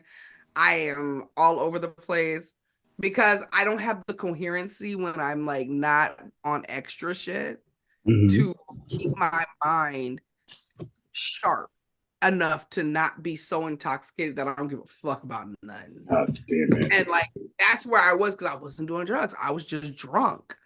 And they were like, Z, you don't remember, but we had to like usher you over because you were dead ass about to get in the car with them. It's like, I don't but when they talked to me about it, they were like, no, it was fine. We just wanted to hang out with you and drink some more. You seemed like you were having a good time. I hope you didn't think we were pressuring you. And I was like, I can't really say that you were pressuring me. Like, I was just like, but they really were adamant about like defending themselves. And I was like, that's a red flag. Like, I was like, y'all, yeah, now I see it. Like, God damn it. Now I see that you guys might be. Because I had never caught the vibe of that. Like, don't get me wrong, I thought they were just a really nice couple that like to come in a lot and drink and talk to me and eat and tip me well. And I was like, I mean, look, they tipping well. Hey, shit. you know what I'm saying? Like, you tip well. You know what I'm saying? You're not really a bother. Like, you get your drinks, you get your food, you wait 30 minutes, you buy another drink. That part. Wait another 20 minutes, buy another drink, and then y'all get up and you leave. Like, and I may spend, like, now, sometimes they did, like, occupy my time. Like, they'd like to just sit and talk to me. Like, the guy wanted to know if I could taste colors. And if I assigned color numbers. Wait, I'm sorry. Wait Yeah. a fucking minute. Yeah. It was the way G turned around when you said that. G turned around like, what? Taste colors. So, bitch, eat a bag of Skittles if you want to taste colors and shit. It's like, apparently he was like, it's some condition that like the mind actually, and it's a real thing. Like, I didn't think it was a real thing, but it is a real thing. To taste where colors. Like you can you assign a color a taste. What Does purple taste like? What in the taste and rainbow shit is this? But you know it has a taste. What the fuck? Lie to me and say purple don't have a taste. Oh man, okay. What does purple taste like? Oh, hell, I don't damn know. Shit, I ain't never tasted no damn purple, so I couldn't even tell you that. I know it's Great. I wish I could find that out. That sounds crazy. Very stupid, but it's real. Like, wait, did you just say grape?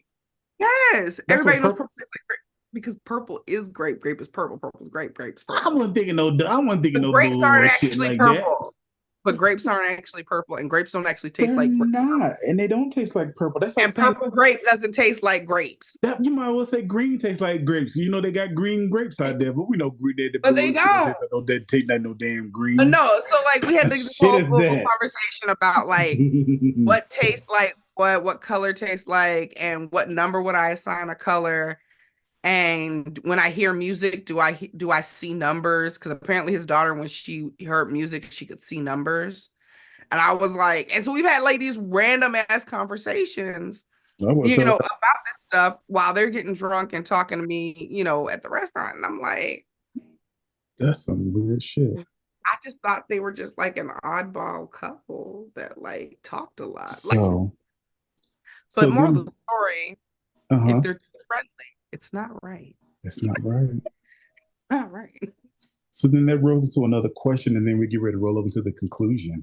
So on a good note, because we talked a lot of shit about shitty employees and shitty coworkers. Okay, so can we say, or has anyone, because I had to write this down too, because I'm glad we're doing this because I'm writing stuff down as I go. Okay, has anyone ever had a good, like, has anyone, including like panel and people out there watching, has any of y'all ever had a decent, good, fun memory at work? Like a good fun memory, like not no good thing, but then it got fucked up. Like a genuinely good employee, or a good work environment, or a good work day, or a good work buddy. Genuinely. If not, then damn. Well, I can say I've had it twice. Okay. My girl Tiara from Relish and More loved Tiara. Tiara was everything. Like, we became real cool, real close. Like, we hung out constantly. She was a great girl. And then I met my 4 Sex and the City girls, my 3 Sex and the City girls. Like, they're my Samantha, my Carrie, my and my Miranda. Like that, those, and I'm Charlotte, apparently. Don't ask why. Damn it, not Charlotte. I know, I didn't want to be Charlotte, but why Charlotte out of all people? Not the shame. You okay, sis? So I'm not a back and shoulders, but like I'm the one who believes in like true love and married, and is like, yo, I've been dating since I was 15. Where is he? Like, I'm that person. And so it tracks. Like, it tracks. I'm definitely the Charlotte of the group. It tracks. And so I met them at my job at Dave & Buster's. Love them to pieces. Every single one of them. They're literally my best friends. We have the funniest group chat. We talk about the dumbest shit. And when we get together, it's the best. But like, we barely ever see each other now, like, because we haven't worked at Dave & Buster's for like years at this point. Like, but like, we are like thick as thieves. And I will say that once we all like, 'cause we all met there. Like, first it was me and Bree, and it was just us. And Bree and I were just there. And then Brittany came along, and me, Brittany, and Bree were like this. Oh shit. All of a sudden, Johnny showed up. And Johnny got there, it was like clink. Like it's like the whole gang got together. Yeah, it was like it was like fate. I don't know, you can call it that. Because I remember I asked a friend of mine, like when I was a few years earlier, I was like, when am I gonna meet those like those 3 or 4 girls that like those are my girls? And she was like, well, I didn't meet my girlfriends until I was like in my mid-30s. Damn. And she was like, and we've been best friends ever since. And she was like 52. And because I was sitting, because it was her birthday, and we were sitting, you know, having dinner with all her friends, and her 3 friends were there. And she was, they were like, yeah, we met in our 30s, right? And they were like, yeah. Like, they're like, we didn't have each other like in our early 20s or, you know, late teens or anything like that, or since high school or anything. And I was like, oh, really? And I was like, well, I hope I find my girl. I was like, that would suck if I didn't. And then like a few years later, like literally fate. Like we just, and like we've been close ever since. And it's been the best. And like I never thought I'd have like the genuine, like, you know, tell you when you're being a stupid bitch, Tangela, but I love you anyway. Friends that I have now. Like no, because you just remind me, because I've had these two could probably tell you off rip, but I've called a couple of people stupid bitches back in my days, you know. Nah, I mean, like, but see, you gotta be a stupid bitch Tangela. That's the thing. That's it's the Tangela. You gotta be a Tangela. You gotta be a stupid bitch. No. Unless you're being a stupid bitch Tangela. No, I mean, you have never been a true stupid bitch before. Damn. A stupid bitch Tangela is a stupid bitch. I ain't got time for that. But like we because we've done our fair share of dumb shit. We've done our fair share of you know, fucked up shit, and we've had our fair share of issues with each other. Like, you know, we have our moments where like, bitch, I swear for God, I will punch you in the throat right now. What do you mean? What do you mean? I don't know why you acting like that. Well, you know how, okay, I get it, I do, but honestly, I just don't see why we're doing this still. Like, why is this still a thing? Why is this like we have group chats like that? Like they get on me about John, like they'd be like, why? Shit, not why. And I'd be like, mind your business. And they'd be like, you told me, bitch, so it is our business. Nah, dead ass. But like I said, it was, I would say, having them made working there literally the best.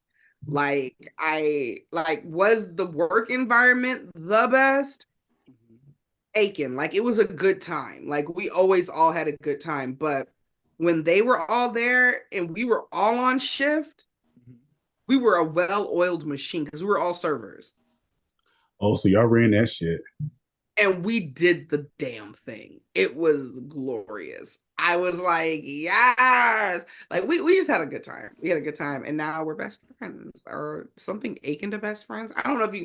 I don't know if you can like have best friends as adults, but we are best friends, essentially. Yes. So there's that. How about you guys? Okay. And what about you, sis? What's what has been a good, like a genuinely good work experience for you? Like a good work day, or a day that you could say that today was actually a really good day? I don't know. I think I could say that about my current job right now. Like before any of my incidents or whatever happened and other bullshit start happening, like we actually had a good time. Like for Thanksgiving, I made chicken Alfredo lasagna damn, that sounds for everybody. And when I tell you everybody loved it, and they just kept asking me for more and more, like all the time. But I don't know, like we just vibe. Like we vibe like a big family for real. Like we did. I mean, we still kind of do, but it's still a couple people that's like, you know, awkward in their feelings doing what they're doing. Facts. I'm not gonna name no names, but you know what I mean? But I don't know. I really love my job. Like I really love it. And me going through the stuff that I've been going through for the last couple months or whatever, I give it to my big boss and my boss that I work with. Like, they've been helping me throughout this whole entire process to Mhm. make sure I keep my job and Mhm. be able to come back. You know what I mean? That Because I could part. have lost my job and I'd have been mad as fuck because I Mhm. really love my job. Mhm. And despite the little drama that's going on that I really don't give a fuck about, Mhm. I love my job still. You know what I Mhm. mean? Like, Keep certain people that's there still feel like family to me regardless. that part. That's for joining Dark Fires podcast. Remember to like, share, subscribe this video, also comment, and again, the panel is open for conversations for the future reference for season 2. If you want to come up here, please feel free to comment on this video or follow us on TikTok. So, y'all be good out there. Stay out of trouble in these workplaces. And remember, don't tell nobody your business because we ain't got time for that. And again, welcoming Dark Diva to the panel. She came in and joined. This was her first time. She did a good job. So we are hoping to have her here more often and go from there, guys. Y'all have a good night. Not the double finger. Man. I'm leaving. Good night, you guys.